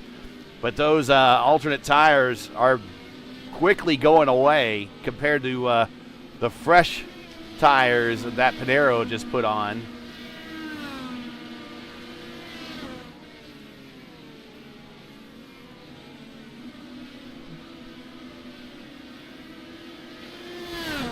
Outside of the top 10, it is Thomas Keel in 11th, Richie Hearn 12th, James Watson 13th, Cale Pocock 14th, Leighton Norgard 15th, Dan Marrera, my hero, in 16th, Victor Aldrich 17th, Jim Herrick 18th, Neji Camargo, he is 19th. Here is Presley Sora coming to pit road. The sponsor of our next race in 2 weeks at Long Beach.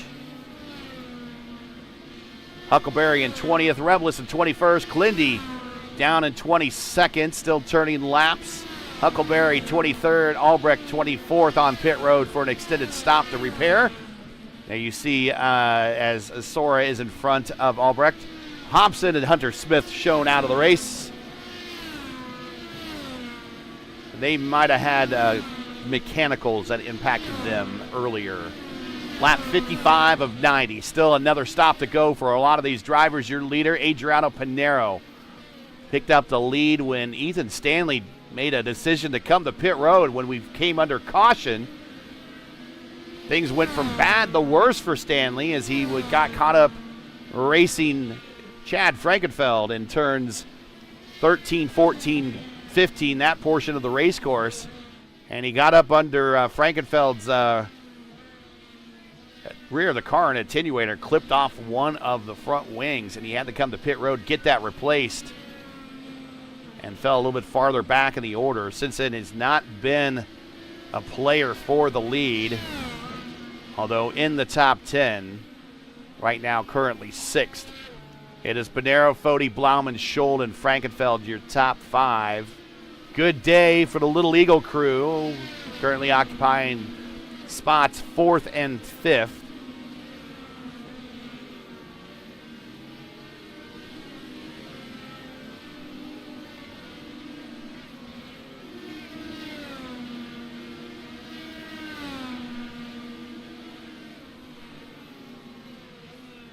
Top 15 on the lead lap at the moment.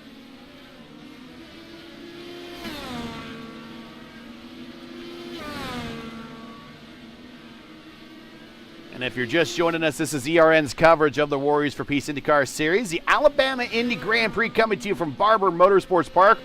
We have now completed 56 of 90 laps. Make sure to smash the like button, subscribe to the channel so you don't miss out on the next race, which is in 2 weeks. Same bat time, same bat channel right here.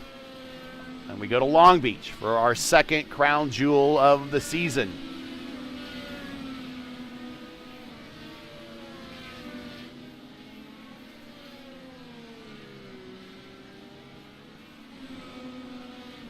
So Kita is getting close under good. And yep, I think so. That's the closest. And Ethan Stanley and Ingrave, that's a pretty good battle too. One car has 3-lap-old tires versus 23-lap-old tires. And Ethan Stanley's more than likely going to have to cut the pit road. He's going to send it to the inside, and Charlotte's Webb and Hunter Ingrave survives it. Both drivers survive it. They come out better on the other side, and Ingrave now moves up to 6th. And that might have been a fruitless battle to try to fight for Ethan there, because his tires are pretty well spent, and we expect them to come to pit road probably in about 5 laps or less. Yeah, they should. Oh, he needs to come in once again.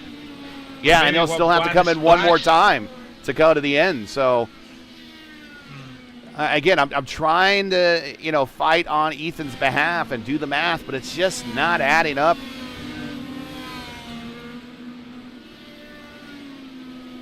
The call to come to pit road. Now, if we saw the call, and let's go to the FIS. We'll talk about our channel P1. That's where we do P1 broadcasting. When we're not doing races here on the Elite Racing Network, we're over on P1.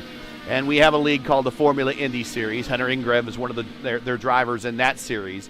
And we had a similar race at Spa where we had an early caution.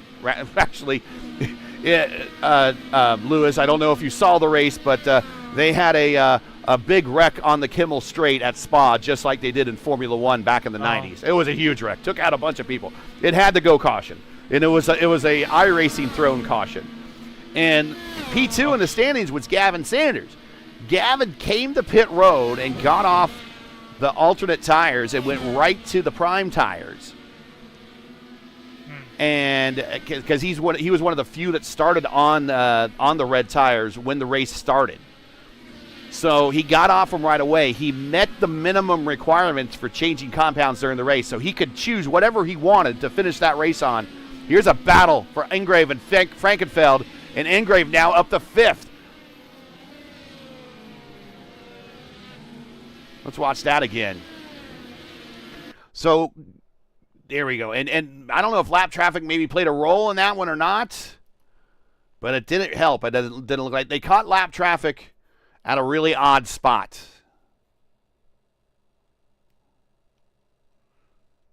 Yeah, I don't think it did. I don't think lap traffic played a role in that. I just think Hunter ran him down with his alternate tires are kind of in their prime now.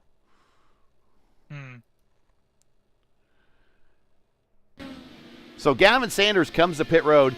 He puts on the new set of tires, restarts in 16th. Now, by nature of that course, Henry Ingrave gets loose there in the final sets of corners before coming to the pit road entry. Now we're coming to the final, coming down to 16 now, the main straight, pit straight.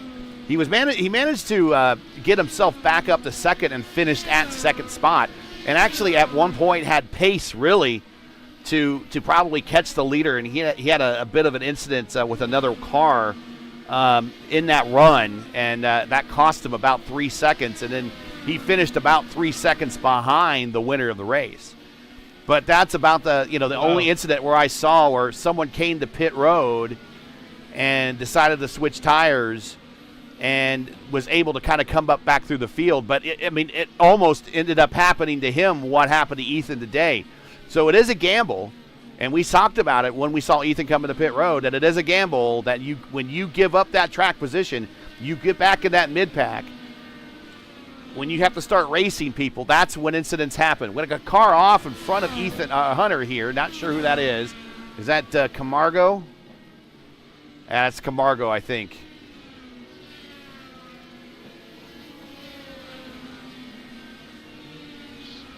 Oh, yeah, it's Camargo. That's one of, I think, Hunter's teammates, so he will probably yield and get out of the way on that one. But, yeah, it's always a gamble. But we saw it again on our race last night with the Formula Indy Series. Somebody pitted, not from the lead, but from second spot, and was able to recover for the most part, but had an incident during their recovery drive. I don't know why I call it a recovery drive. It's not like they were recovering from a mistake. They made the call to go back there and pit, but it was a strategy call, right? A strategy call. And he ran into a little trouble, and that cost him probably the win, but still managed to finish second. Oh, Camargo in front of Ingrave. Okay, there he goes. Gets out of the way. So you mentioned the 1908 incident in Spa when in the rain. Yeah, it's funny because I want to talk about him, but I don't know how to start it. And you mentioned that race when the Team Jordan with Ralf Schumacher and Damon Hill went 1-2 because David Coulthard didn't want to. I think so. He wanted to, but he didn't did properly. I think so. Michael Schumacher didn't see because it sprayed on water in front of him. He hit David Coulthard, and the wing went off. And Schumacher was leader for 40 seconds, maybe 30 seconds or something like that, and he lost the race, and both of them pulled over. And Ralf Schumacher was in third, and Damon Hill was follow him, but Damon Hill was far away actually. So Eddie Jordan, who just recently passed away, Eddie Jordan called Ralph to say, hey, leaving leaving to Damon Hill the position. So he had to slow down to Damon Hill win the race that day and Ralf Schumacher on second. But Ralf Schumacher was far away actually. Anyways, he passed away today with really was super sick. And this why still in the grid because Aston Martin previous, because it's Jordan to the lineage when, of the team, yeah. yes, so Jordan, then coming to Midland, then Skype or something like that. Then race, came after that Force India, Racing Point, until this Canadian guy, Lance Armstrong, I think so is his name. Stroll. Armstrong's the cyclist. Yeah, so but Racing Point to make the Aston Martin car off. Who's that? That is the 11 of Huckleberry. Ryan Huckleberry's getting out of the way there of our leader. Was that Damon Hill's final win? Was it final win? After, I don't know, it's a stupid decision on Damon Hill. He thought Arrow will come back to the Formula One in '97. They offered to him a lot of money. He came like a champion with Williams, and he decided to go to Arrow. And Arrow, he was even they have a potential to win the something. It's a new, Tyrrell. So Tyrrell was a world champion in the 70 with Stewart. And then Jacques Villeneuve won the championship in '97. That's why, for the reason, Jacques Villeneuve won the championship on '97, because Damon Hill decided to go to Tyrrell. Yeah. And Tyrrell don't have any chance, even close to win the championship. So, anyways, we're talking about AJ Foyt with 90 years old still there. You're talking about Sneva. Danny Sullivan just celebrated his 75th birthday, and this is the 40th anniversary coming up this May of his spin and win in 1985. And going back to chat real quick, question, what does the triangles mean on the leaderboard? So let's go to our leader, and we'll get you a good close-up of his car. You see our leader there has the red sidewall tires. That's what the red triangle means. He has the alternate tire on. So if we go down and look at Cool here in 11th, we'll circle him real quick, and then we'll find his car on the racetrack. There you go. He has red rims, so it might be tough to see, but he has the standard sidewall tire, which we would call the black sidewall tire, and that is the prime tire. That is the regular everyday Firestone Firehawk tire that these teams bring to the racetrack, and then the red tire is the softer tire. Stanley. Oh, Stanley! No. No! It's No, and that is a that is a meatball, and he's going to have to come to pit road and get that looked at, and this is day done. This is day done. It's spun in the main straight. Here we go. We're going to watch it again. From our Elite Racing Network 1 airship. This is the portion of the racetrack before the pit in. And here he comes around the corner. And does he get any grass? Is just under acceleration? Yes, he gets a little bit of grass. And to the inside wall. And the thing is, right here, either you have to drive it back all the way back around, or you have to tow and incur the towing penalty. So he's going to try to drive this thing back, and it is not going to handle well for him. Be careful with the alternative tires. Pinheiro almost losing the same corner that Stanley lose, but without cut the grass. So somebody have to tell to Pinheiro, hey, Stanley's out, just shield, bring the car to the end.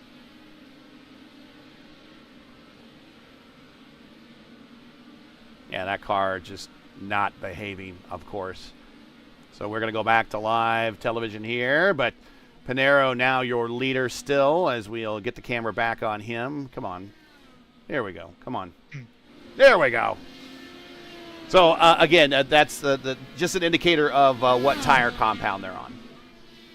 And again, because, and I know that you're a fan of Clindy's, Clindy runs a lot of oval races. We don't do compound changes on ovals. We used to, back in IndyCar racing. You could choose between a hard, medium, and a soft compound that you could switch to it during the races a long time ago. But they have since stopped that. Just one tire compound for ovals, no push to pass. But ovals have the use of the weight jacker, which you'll hear a lot of people talk about. That is not in use on road courses, just the anti-roll bars, the front and rear. Front and rear is also available on road courses, by the way. Another thing they could use on the road course and ovals is engine mapping and brake bias.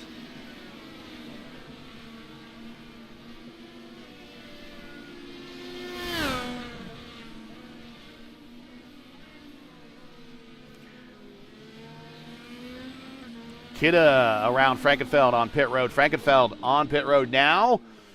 Ooh, is this going to be his final stop or next to final stop? It's going to be really close.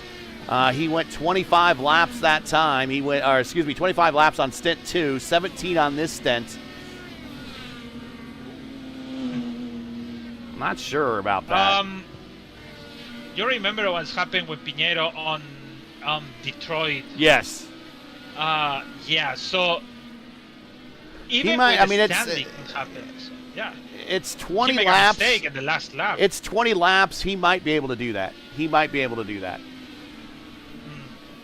But yeah, Pinheiro, look, we saw Pinheiro on the white flag lap at Detroit last season. It almost cost him the championship. It did. It almost cost him the championship. Yes. He was able to recover, and he finished strong. But on the white flag lap, he had third place sealed up, and he just blew one of his braking zones, and put it into the wall, and fell out of the top 10, I believe, just a matter of one lap. So there's still a lot of racing to go here, and there's still a lot of braking zones and downshifts and things that Pinheiro needs to do in order to bring this car home to the checkered flag. He still needs to make another pit stop. He still needs to navigate that pit road. He still can't speed on pit road. He still can't miss his marks on pit road. Yeah, so it's really a lot of things. So still, I follow him for fifth lap. I saw that kind of incident when he almost lose in the last corner on turn 16, and. Yeah, so just one mistake could be game over and change everything. So for now, if you see the standings, it's 14 under Stanley. So now for sure it's gonna be over to Stanley, and 40 over for sure. Maybe it's gonna be close to Stanley. So still change everything. At least we're gonna come back next week with the road course. It's a road course. Yeah, 2 weeks. Long Beach. Detroit. 2 weeks. No, Long Beach, sorry. And he need to steal before Indianapolis because, sorry, I said Stanley. He need to seal standing on Long Beach because it's coming Nashville, and Nashville is Pinheiro zone. And then we have the Indy GP. It could be a Stanley comeback, but this race is gonna be cost him a lot in the end when we go to World Wide Technology. We'll get some words in from World Wide Technology here very shortly. Paula says, thanks, I'm learning. Hey, I appreciate the questions. I grew up watching IndyCar racing on ABC, Paul Page, Bobby Unser specifically. And then, most people have kind of picked up IndyCar racing as of lately. They've been watching like the old NBC broadcasts from last year, the new Fox broadcast. And I will say that back in the old days and even in today's, they really do cater to the person that just happens to be flipping around and catches the race, and they do a good job at explaining this stuff that you see on the screens. And that's why I love doing it, because in most cases, people watching these streams are friends, families, teammates, that type of thing that are somewhat familiar with racing, but there's always that person out there that happens across this thing and doesn't know anything about racing.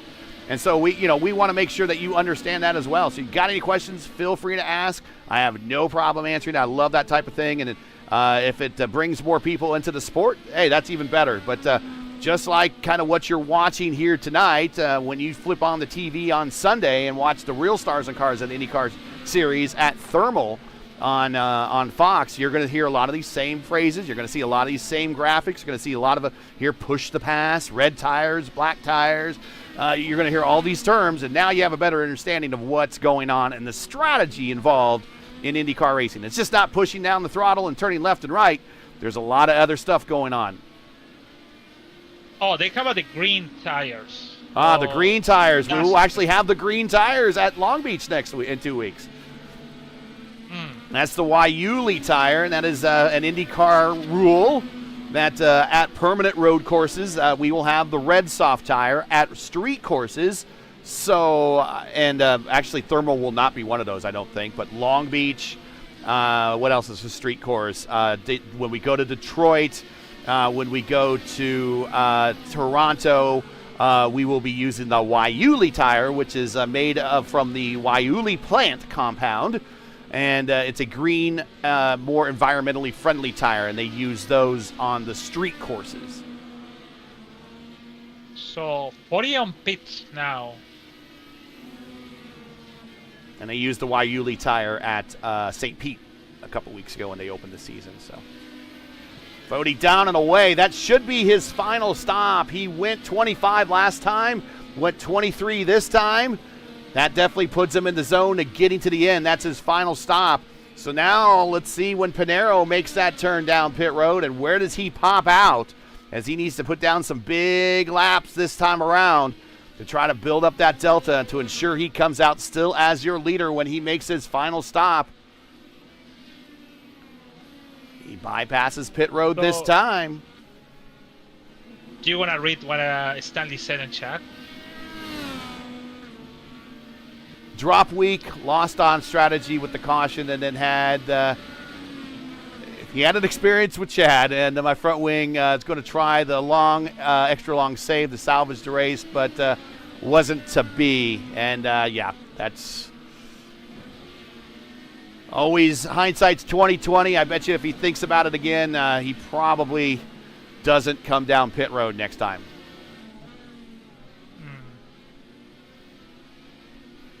Rebilas Photo flag. Yeah, he is. Looks like he has the toe to pit road. Looks like his left front's a little out of skew. Kidda coming to pit road right there behind him. As Rebilas punches out, he is done. And Kidda coming to pit road from 7th spot. There he is, just in the background. Try to get on the camera here.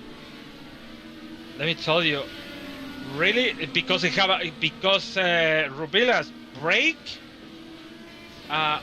If it don't break, he got collected by Hunter's Brave. Oh, leader, pit road. Close.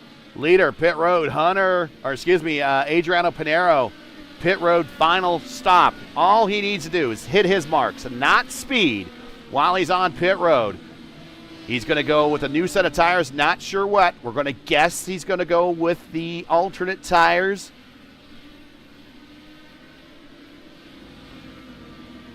And just enough fuel to the finish. He'll be taking less fuel than Fody did.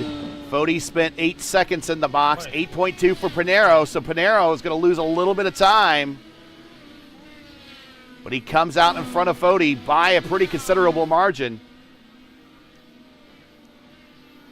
So now the leader is Hunter Ingriv, my man, owner of Flash Photos.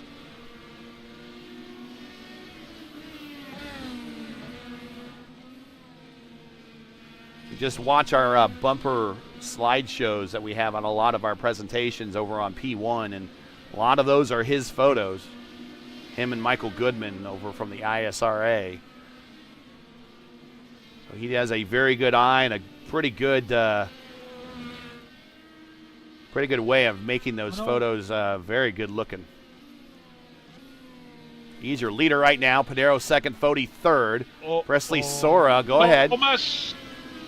Thomas Keel is looks like he has a Keel. meatball flag, and he is going to be giving up probably a battle for the top 10 to come in and get that fixed. That might be day done for him.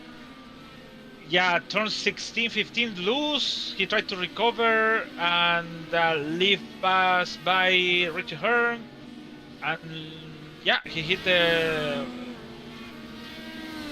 Yeah, we'll watch here what no happened. Wall. I don't want to say wall, but it's no the wall. hit the fence. The Armco gets loose there, Fence. catches it, Yep. and catches it again. Okay, gets back underway, gets off into the dirt, and that's what happens. Dirt got loose, and then right off into the Armco, and that's a pretty good lick right there. That is not a soft wall. That is not a soft hit.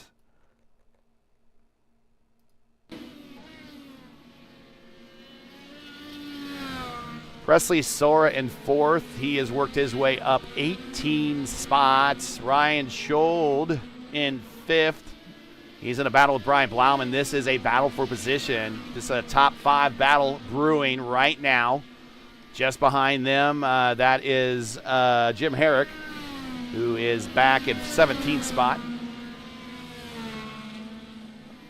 That is in front of him. Oh, that is Victor Aldrich. He gets out of the way best he can, makes that battle a little bit closer. Ingrave on pit road, final stop, up on the jacks. He's going to go to the alternate tires, I believe. Yes, he's going to stick with the alternate tire, and that's his final stop, and he's going to rejoin in 6th position. And Chad said, Pamela Engrave, let's go under Engrave.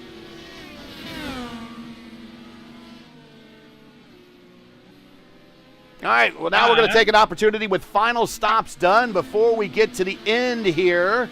With 14 to go, let's get a word in from World Wide Technology Raceway, and you're going to like this new ad they got coming up. But first, a word from iRacing first, and then a word from World Wide Technology Raceway. We'll be right back. Racing isn't easy, but experiencing it is. iRacing puts you in the driver's seat with the industry's leading sim racing game. Drive on laser scan replicas of the greatest racing circuits from around the world. Go head-to-head against other drivers chosen by skill-based matchmaking to ensure competitive racing at every level. Compete across all your favorite series. In officially licensed cars, engineered to deliver the most accurate driving experience possible.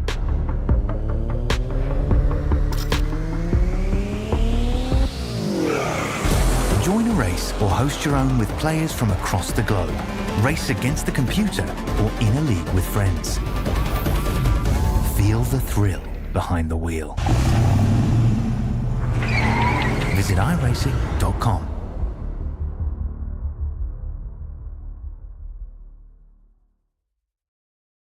They walk among us, but at 240 miles per hour, they become something more. Buckle up. This new era of speed, this racing revolution, it's just getting started.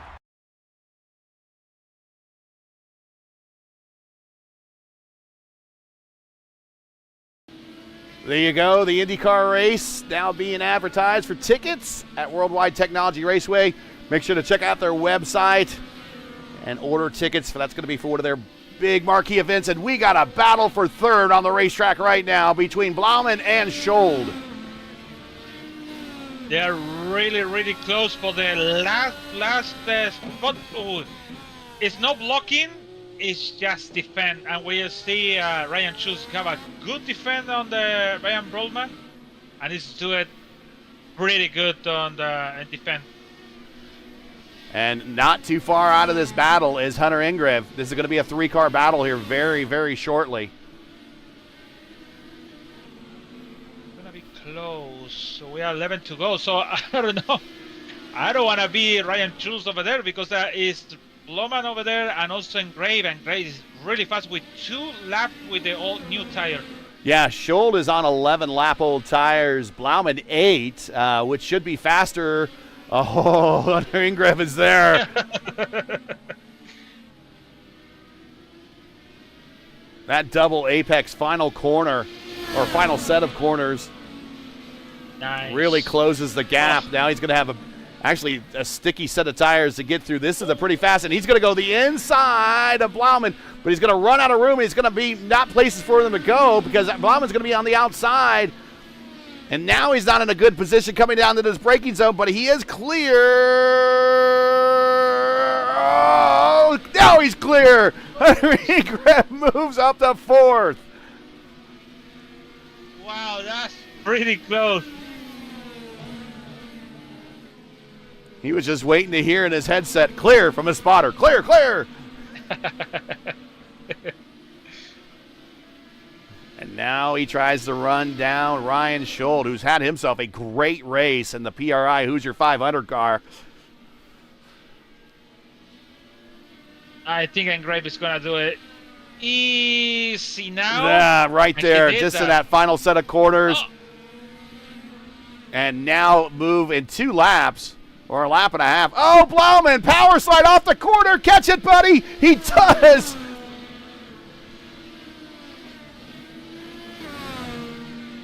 The Air Jordans dig in and catch.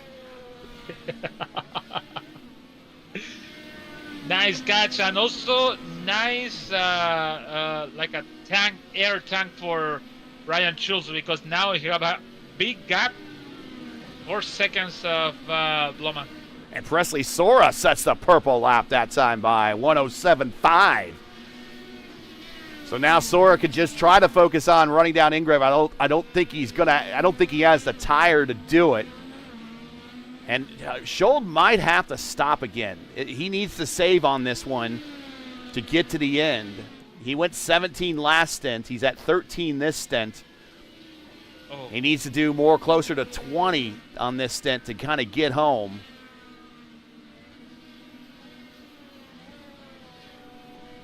So we'll see if he has to come for a splash and dash at the end, or if he just now decides, okay, we'll just turn down the wick and we'll do a lot of coasting.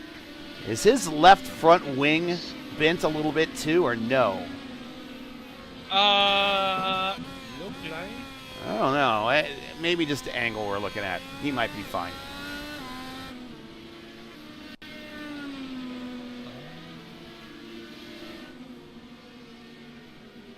Nine to go. Pinheiro, your leader, on a day that's coming up all 56 for the Brazilian, as he picked up the lead when Ethan Stanley decided to change the strategy at the caution, come to pit road.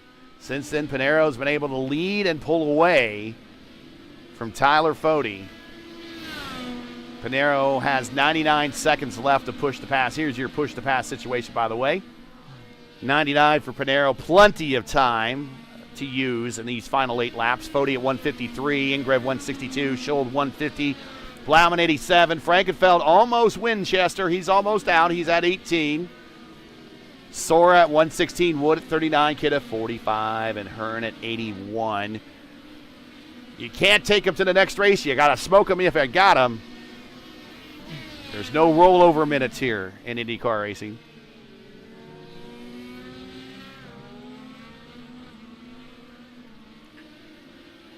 And 10 cars on the lead lap.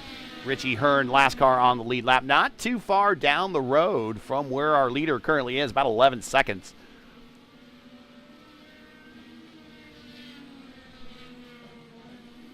Currently, Pinheiro looking for win number 4, career win number 4 on the road course, career win number 18, and the cut into the points lead of Ethan Stanley coming into this race. Once again, here the point situation coming into today's race is Stanley had a 16-point lead over Pinheiro.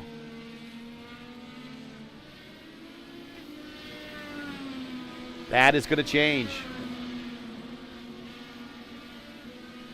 Yeah, it's gonna change for sure. It's really, I think, Fode is gonna be close or fast. I'm gonna say it's fast to Stanley. Sorry. Battle for 6th between Sora and Frankenfeld. Sora, fresher tires, 4-lap old tires versus 15-lap old tires, and that will do it. Moves Sora back into 6th spot. He's been at or near the top 5 since the restart. He is 16 laps improved from where he started this race. Probably needs to ask himself if he qualified just a little bit better, how well he would have finished. Just a little bit better. I mean, he's had the pace. I mean, he has the purple lap. So, I mean, he just, it's you know, it's just, you don't put in a good qual, whether you get an X on your qual lap or you just got traffic in front of you, you clip a curb wrong, whatever. It just doesn't add up right. Road course qualifying is completely different than oval qualifying. And he started this race in 22nd. Let's say he just started it in 10th, right? Let's say he started 10 spots better in 12th. Yeah. And then he'd be looking at a slightly different story right now. So, but this is a good race to lead into a race that you're going to sponsor in 2 weeks at the Presley Sora Grand Prix of Long Beach.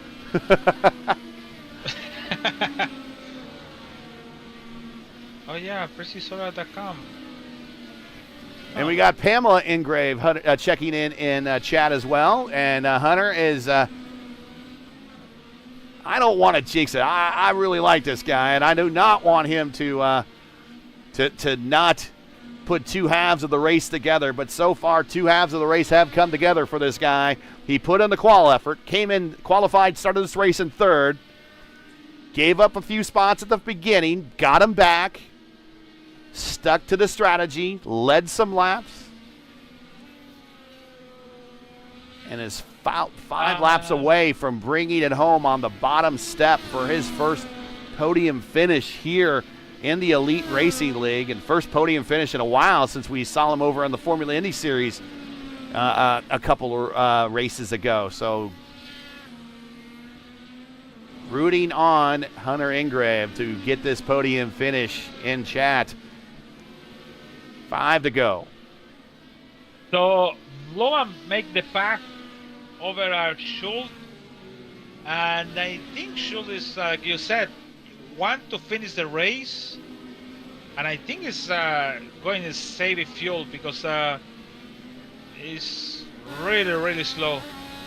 He make last lap he was a second slower than everything else. Yeah, he was a second slower than everyone else around him. 110.9. Everyone else at 109s and 108s behind him with Presley Sora with those pressure tires. And Sora will probably run him down at this pace. Let's give you some gaps again. We got the intervals. We'll give you gaps. Sora on push to pass right now. We'll see what the interval is here once he comes off the button. 9 seconds. That's a lot here in the last 4 laps. We'll see how he does.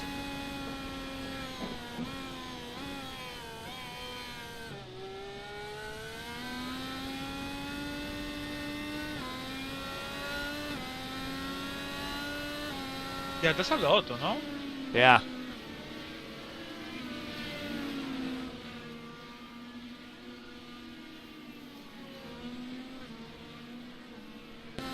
We saw the race last night, the Formula Indy Series over on P1. That ended up being won by a pit strategy. A number of cars tried to do a one-stopper on that one and didn't quite make it across the start-finish line, but the winner did. He did a one-stopper. It's Titus Sherlock, the Formula Ford Road to Indy driver.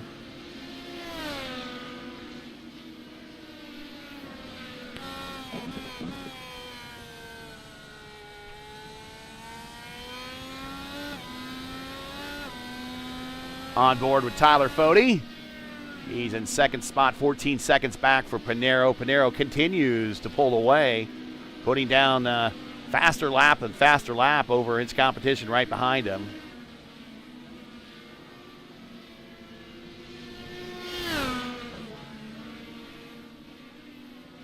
Last lap for Pinero, 109.2. Fode, actually Fode a little bit faster that time by 108.9. But running out of time. Reeling in him, but running him out of time.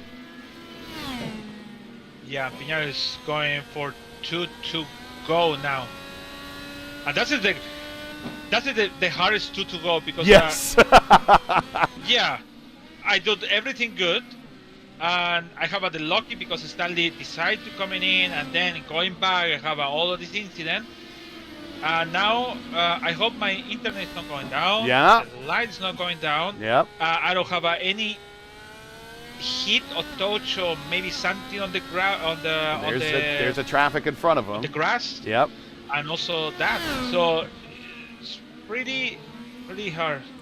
Yeah, he's got traffic in front of him by about 3 seconds. Traffic behind him is the closest traffic is Herrick, 8 seconds behind. Herrick currently 4 laps down at the moment.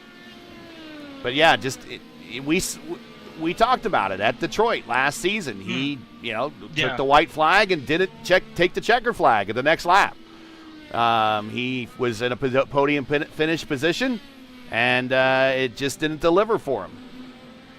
He did a good strategy that day. White really, flag. really good strategy. White flag in the air. This time by Adriano Pinero.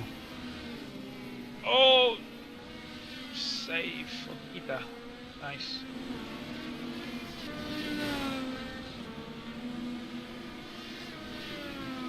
Once again, if you just joined us, this is the final lap here at Barber Motorsports Park, round 6 of 12. We're at the midway point of the Warriors for Peace IndyCar Series Alabama Grand Prix. Coming to you from Barber Motorsports, where Adriano Pinero on the cusp of win number 3 this season, win number 4 career-wise on a road course. Just needs to bring it home. Win number 18 of his career, just a few more turns away. Make sure to smash the like button, subscribe to the channel so you'll miss out on the next race. 2 weeks, we go to Long Beach. For the 4th time in league history, we're going to have back-to-back road course races on the schedule. Coming off the final set of corners, Adriano Pinero sticks to the strategy that works. And the strategy that worked was staying out under caution. He gets the win, a big win for him here at Barber Motorsports Park. Foti around the last set of corners. Another podium for Tyler Foti. He's hanging tough in the standings. This might be one that pays off later in the season. P2 for Tyler Foti. And Hunter Ingrave, both sides of the story put together, and a P3 as the result for Hunter Ingrave and the Formula Indy Series veteran getting his first podium finish here in the Elite Racing League's Warriors for Peace IndyCar Series. And Ryan chosen 5th. I think nice for him because we thought it's gonna be a fuel problem on him, but nope. He finished the race with proper fuel over there. Still watching the final drivers make their finishes. Andrew Wood coming home 8th, Richie Hearn 9th, Kidda in 10th. That will be your final car on the lead lap.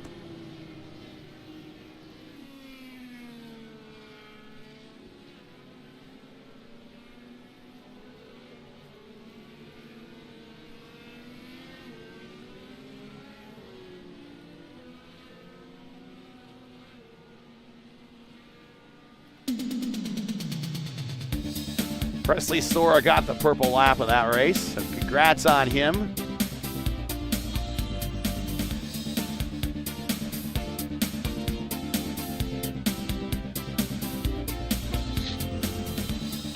Here are your results for the Alabama Indy Grand Prix.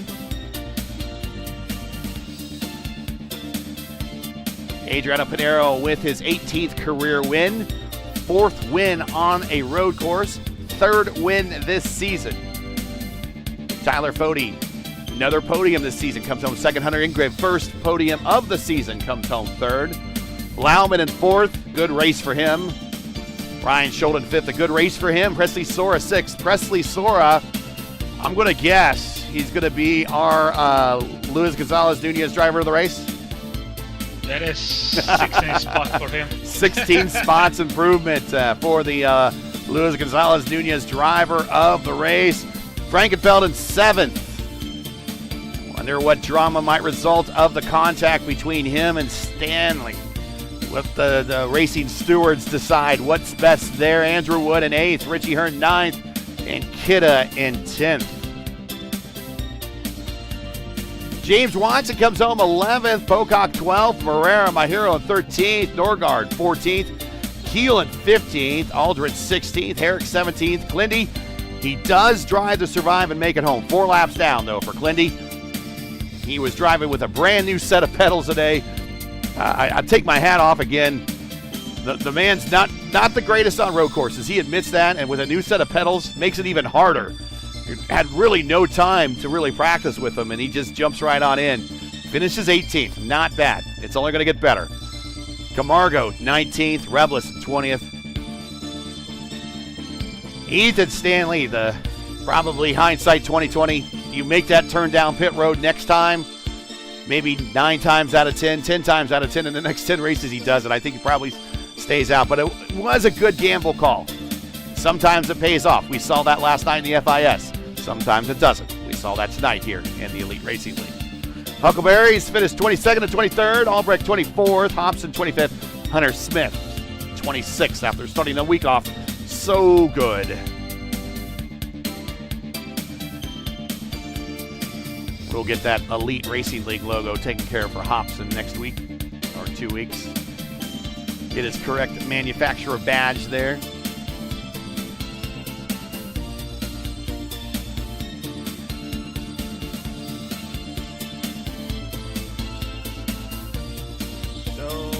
Yeah, so in 1 hour and 47 minutes, Andrea Piñero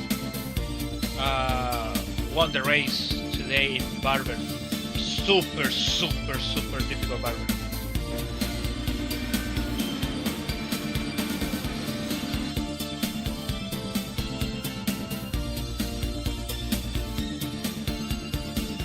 I don't want to put driver inputs. I want to put this. There we go.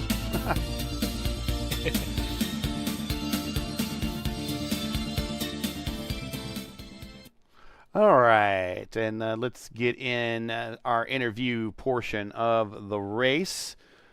And we'll bring up, there we go. And there's your latest schedules for our upcoming races here on the Elite Racing Network and the Elite Racing League family of series. Let's get in here and let's talk to some people in the podium. Hunter Ingreve, here he is. We'll bring him on up. Hunter Ingreve, first podium here in the ERL. Congratulations. You got both halves of the story to stick today, and you were a player all day long. Talk about your race. Kind of a bit of a similar race you kind of had at Spa last night over in the Formula Indy Series. A mid-race caution, and it kind of gave you an opportunity to make a change on the strategy, but you stuck with what was working, and that was staying out this time. Yeah, no, I'm just very happy finally. Yeah, no, it's so happy finally. But yeah, no, I was just trying to save fuel a little bit. I knew going into it wasn't gonna be a 2-stop. I was gonna do the 3-stop. I was doing fairly good with the tires and everything, and then when we pitted, I'm like, all right, a few people stayed out and everything a little longer than me, and then the yellow kind of came out, kind of threw a wrench and everything. I was one that pitted. I think Ethan pitted as well. And a lot of people stayed out. I was kind of worried that was going to be a bad call. And for a while, it looked like it was a very bad call. I was stuck dirty air. I didn't expect it to be that bad, but it just kept pushing and pushing. But I learned a lot today, which was really cool. And then the last stop, just luckily the guys in front of me pitted earlier than what I thought they would, and I knew tires were going to be very important at the end, and I was surprised how close I was coming out of the pits and everything. I just had to remind myself in the head, do not spin on the first out lap. Just do not spin at all. And after that, it was pretty good and everything. Car stuck very, very well, and yeah, luckily caught up to the guys. Got the clean air that I needed to kind of pass them, and yeah, after that, it was just kind of smooth sailing. Just don't mess up. Yeah, that's the other part of the story, and we've seen it happen before. Not with just you. We were talking about how Pinero had a podium sealed up at Detroit last season and spun on the last lap. So just so much racing to go. So many things can happen. Mechanicals for your computers, you name it. Just any type of bad luck. But you brought it home today. Congratulations. We're very happy for you. Even led a lap to boot.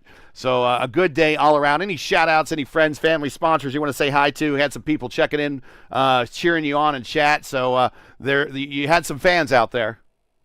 Yeah, I want to first say shout out to my parents. My mom was rooting for me in the chat and everything, so shout out to my mom. You guys for always doing a phenomenal job and being the primary sponsor of my car. I do appreciate very much. No problem.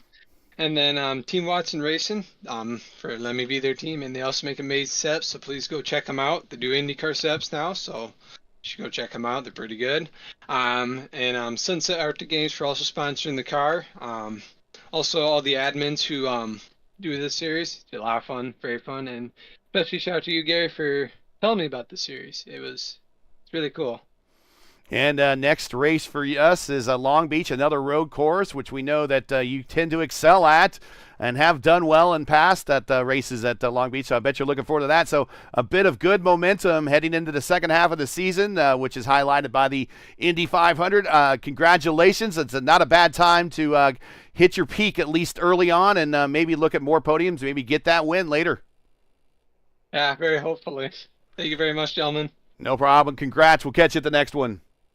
Thank you very much. That is a happy Hunter Ingrev, I'll tell you right now.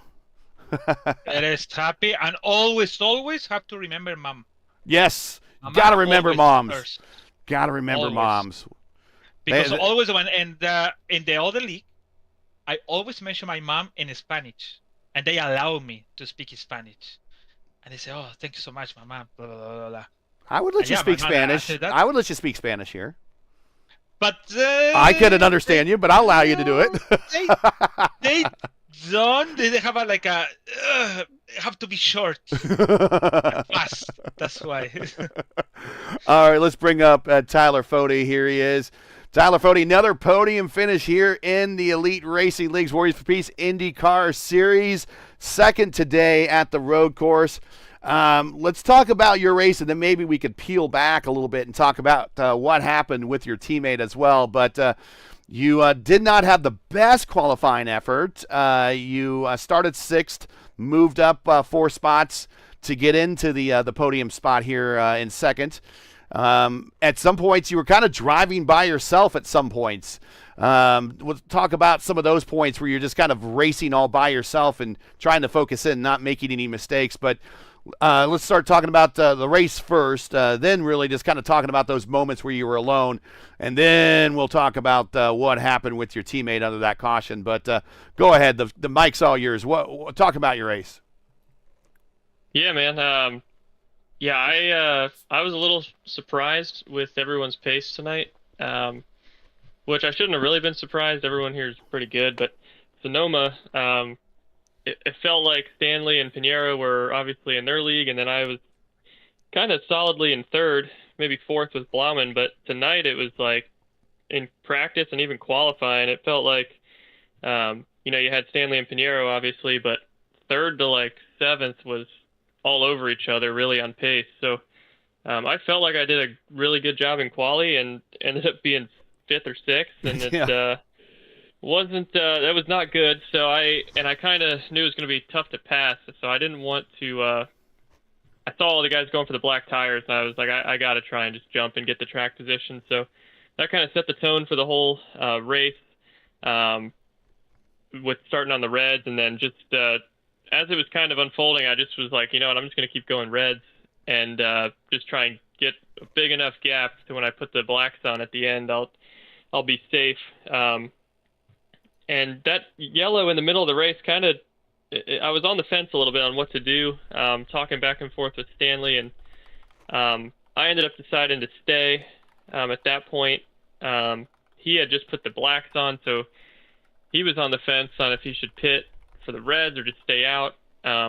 Hindsight, I think he probably should have just kept the lead with the blacks, having the lap cars as a buffer, but he went back and fortunately got some damage. But yeah, for me, it was just kind of committed at that point to just reds all the way. And, yeah, that middle portion to the last half, really, it was a little lonely, but man, it was, I'm wore out. I am so beat up trying to keep the pace with this thing, watching the interval with Blauman and the guys behind. Felt like we were running identical laps.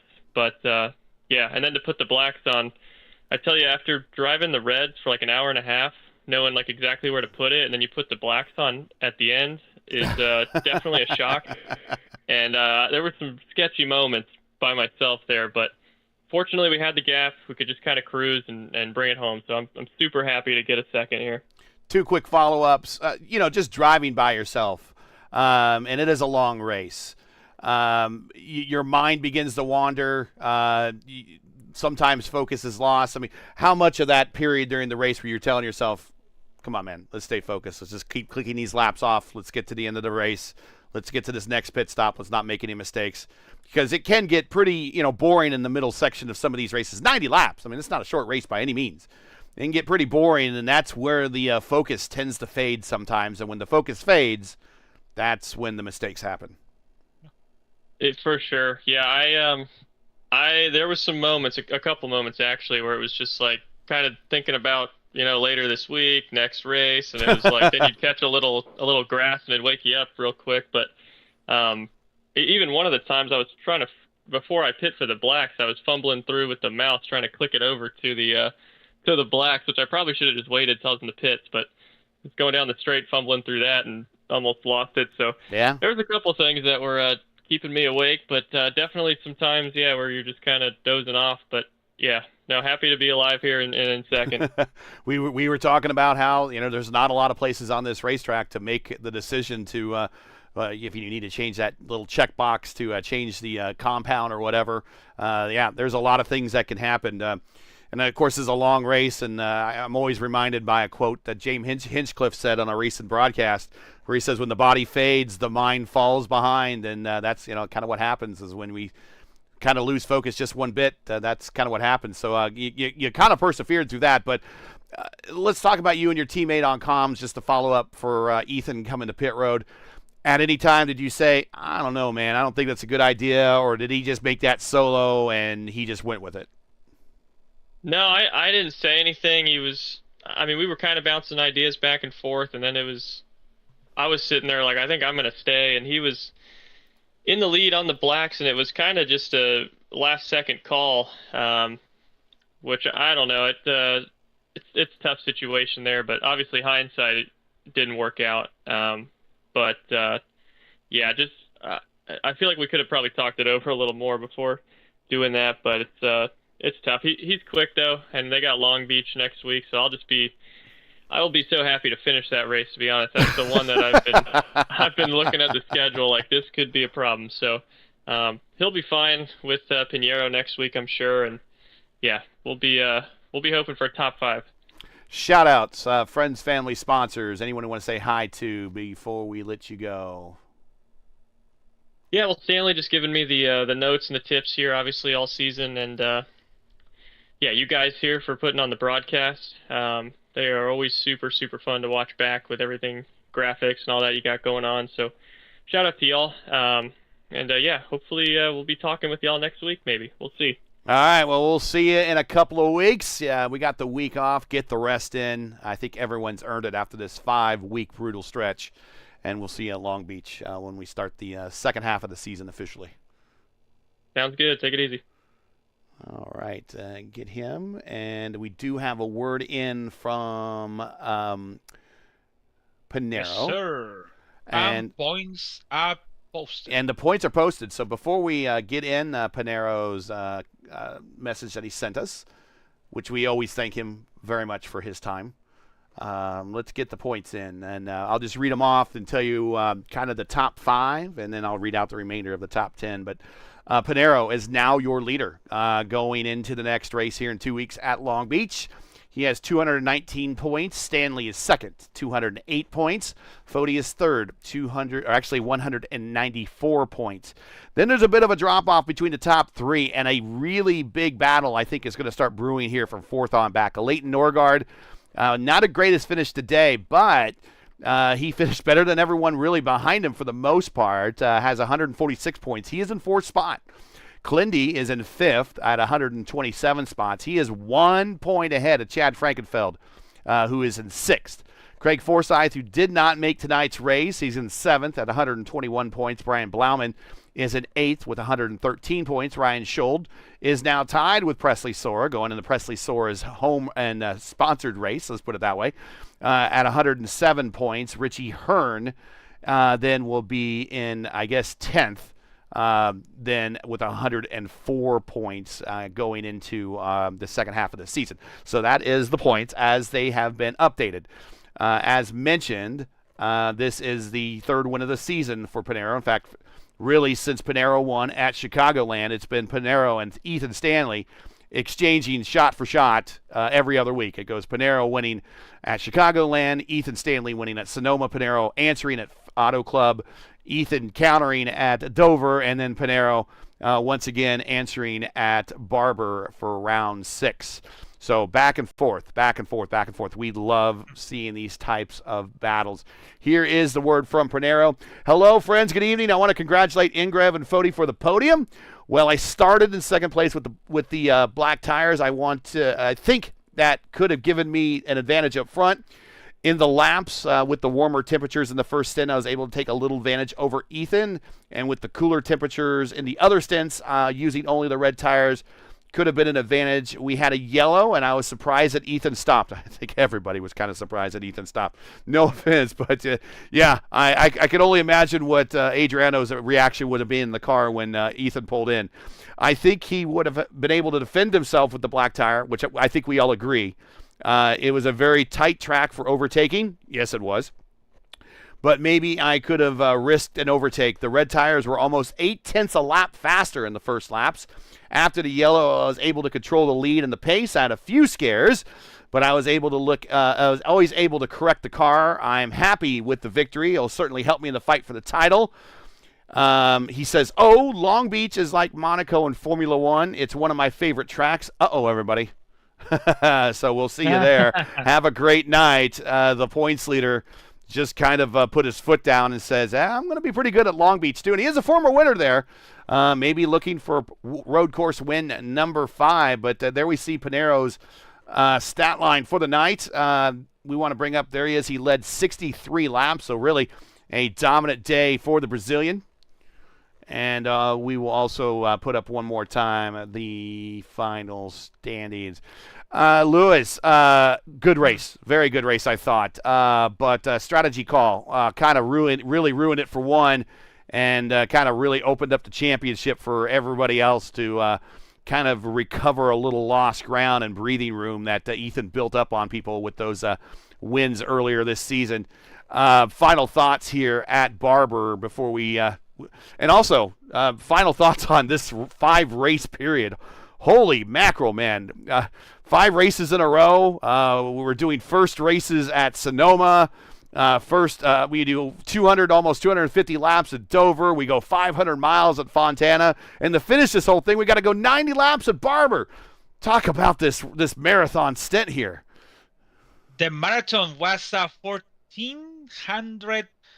1,450 miles we did in 5 weeks consecutively. So really, the race wasn't really good, to be honest. I still thinking about why Stanley speeded in. I don't know. They have 3 cars on back to him to cover all that thing. So I don't know. It's something maybe Stanley saw and he said, "Oh, I think so. This tire is gonna be bad, or maybe they're gonna follow me." I don't know. Sometimes when you're leader, yeah, you think if you do this, somebody's gonna follow me. But I think that's the good thing where you have somebody can tell you, "Hey, don't pit it in because this guy already pitted in." But what about my teammate? What about the guy on the 5th, 6th, or 7th? They can follow me. So no, they don't follow him. Just only follow only 1 or 2 cars. Yeah. Anyways, was a pretty good race. With 26 cars, we still have a good numbers of the drivers' numbers in this league. So last weekend in Dover, 31, 26 in Auto Club, Sonoma 28, 35, and the first one, Chicagoland 33, and the next one is Long Beach, and it's really, really bumpy, like Detroit, like all the road course. So it's really hard to drive. So I hope I hope, to be honest, I hope it's gonna be a good race, and that day in 2 weeks, because turn one. So when you go to main straight, you have to turn to the left, and then this is the problem. If you have a 26 cars with mine, we can everyone coming to that turn to into the 2 fountain to 3, yes, and that's gonna be maybe one of them, or maybe two, gonna lose front wing. Some of them was gonna lose the back wing. But this league is not like this. I thought it's gonna be a big problem in turn 1, 2, 3, 4, 5, 6, 7, 8, and between 7 to 9, it's gonna be a problem. But no, everybody's really have a good driving over there. So Pinheiro is the lead, and I hope Stanley next week. Next 2 weeks. 2 weeks. We're so used to saying next week. Yeah, for sure. But yeah, I hope Stanley come back strong, because he lost 14 and now it's 11 back from Pinheiro. So we still have a lot for the season. So, and yeah, nothing more to say for me. See you in the 5th annual PressDisora.com in Long Beach, NHRA. So now the trivia question is, who won the 100th race in the Elite Racing League's Warriors for Peace IndyCar history? And that's going to be Adriano Pinheiro. Just curious, who won the first race here? Adriano Pinheiro won the 100th race. The first race as Matt Hollabaugh. Matt Hollabaugh won race one. Our good pal from the from our broadcast on the Indy Fix series. So Matt Hollabaugh, win number 1, race 1, and Adriano Pinheiro, win number 18 for him, or race number 100. You know, that is going to do it for tonight.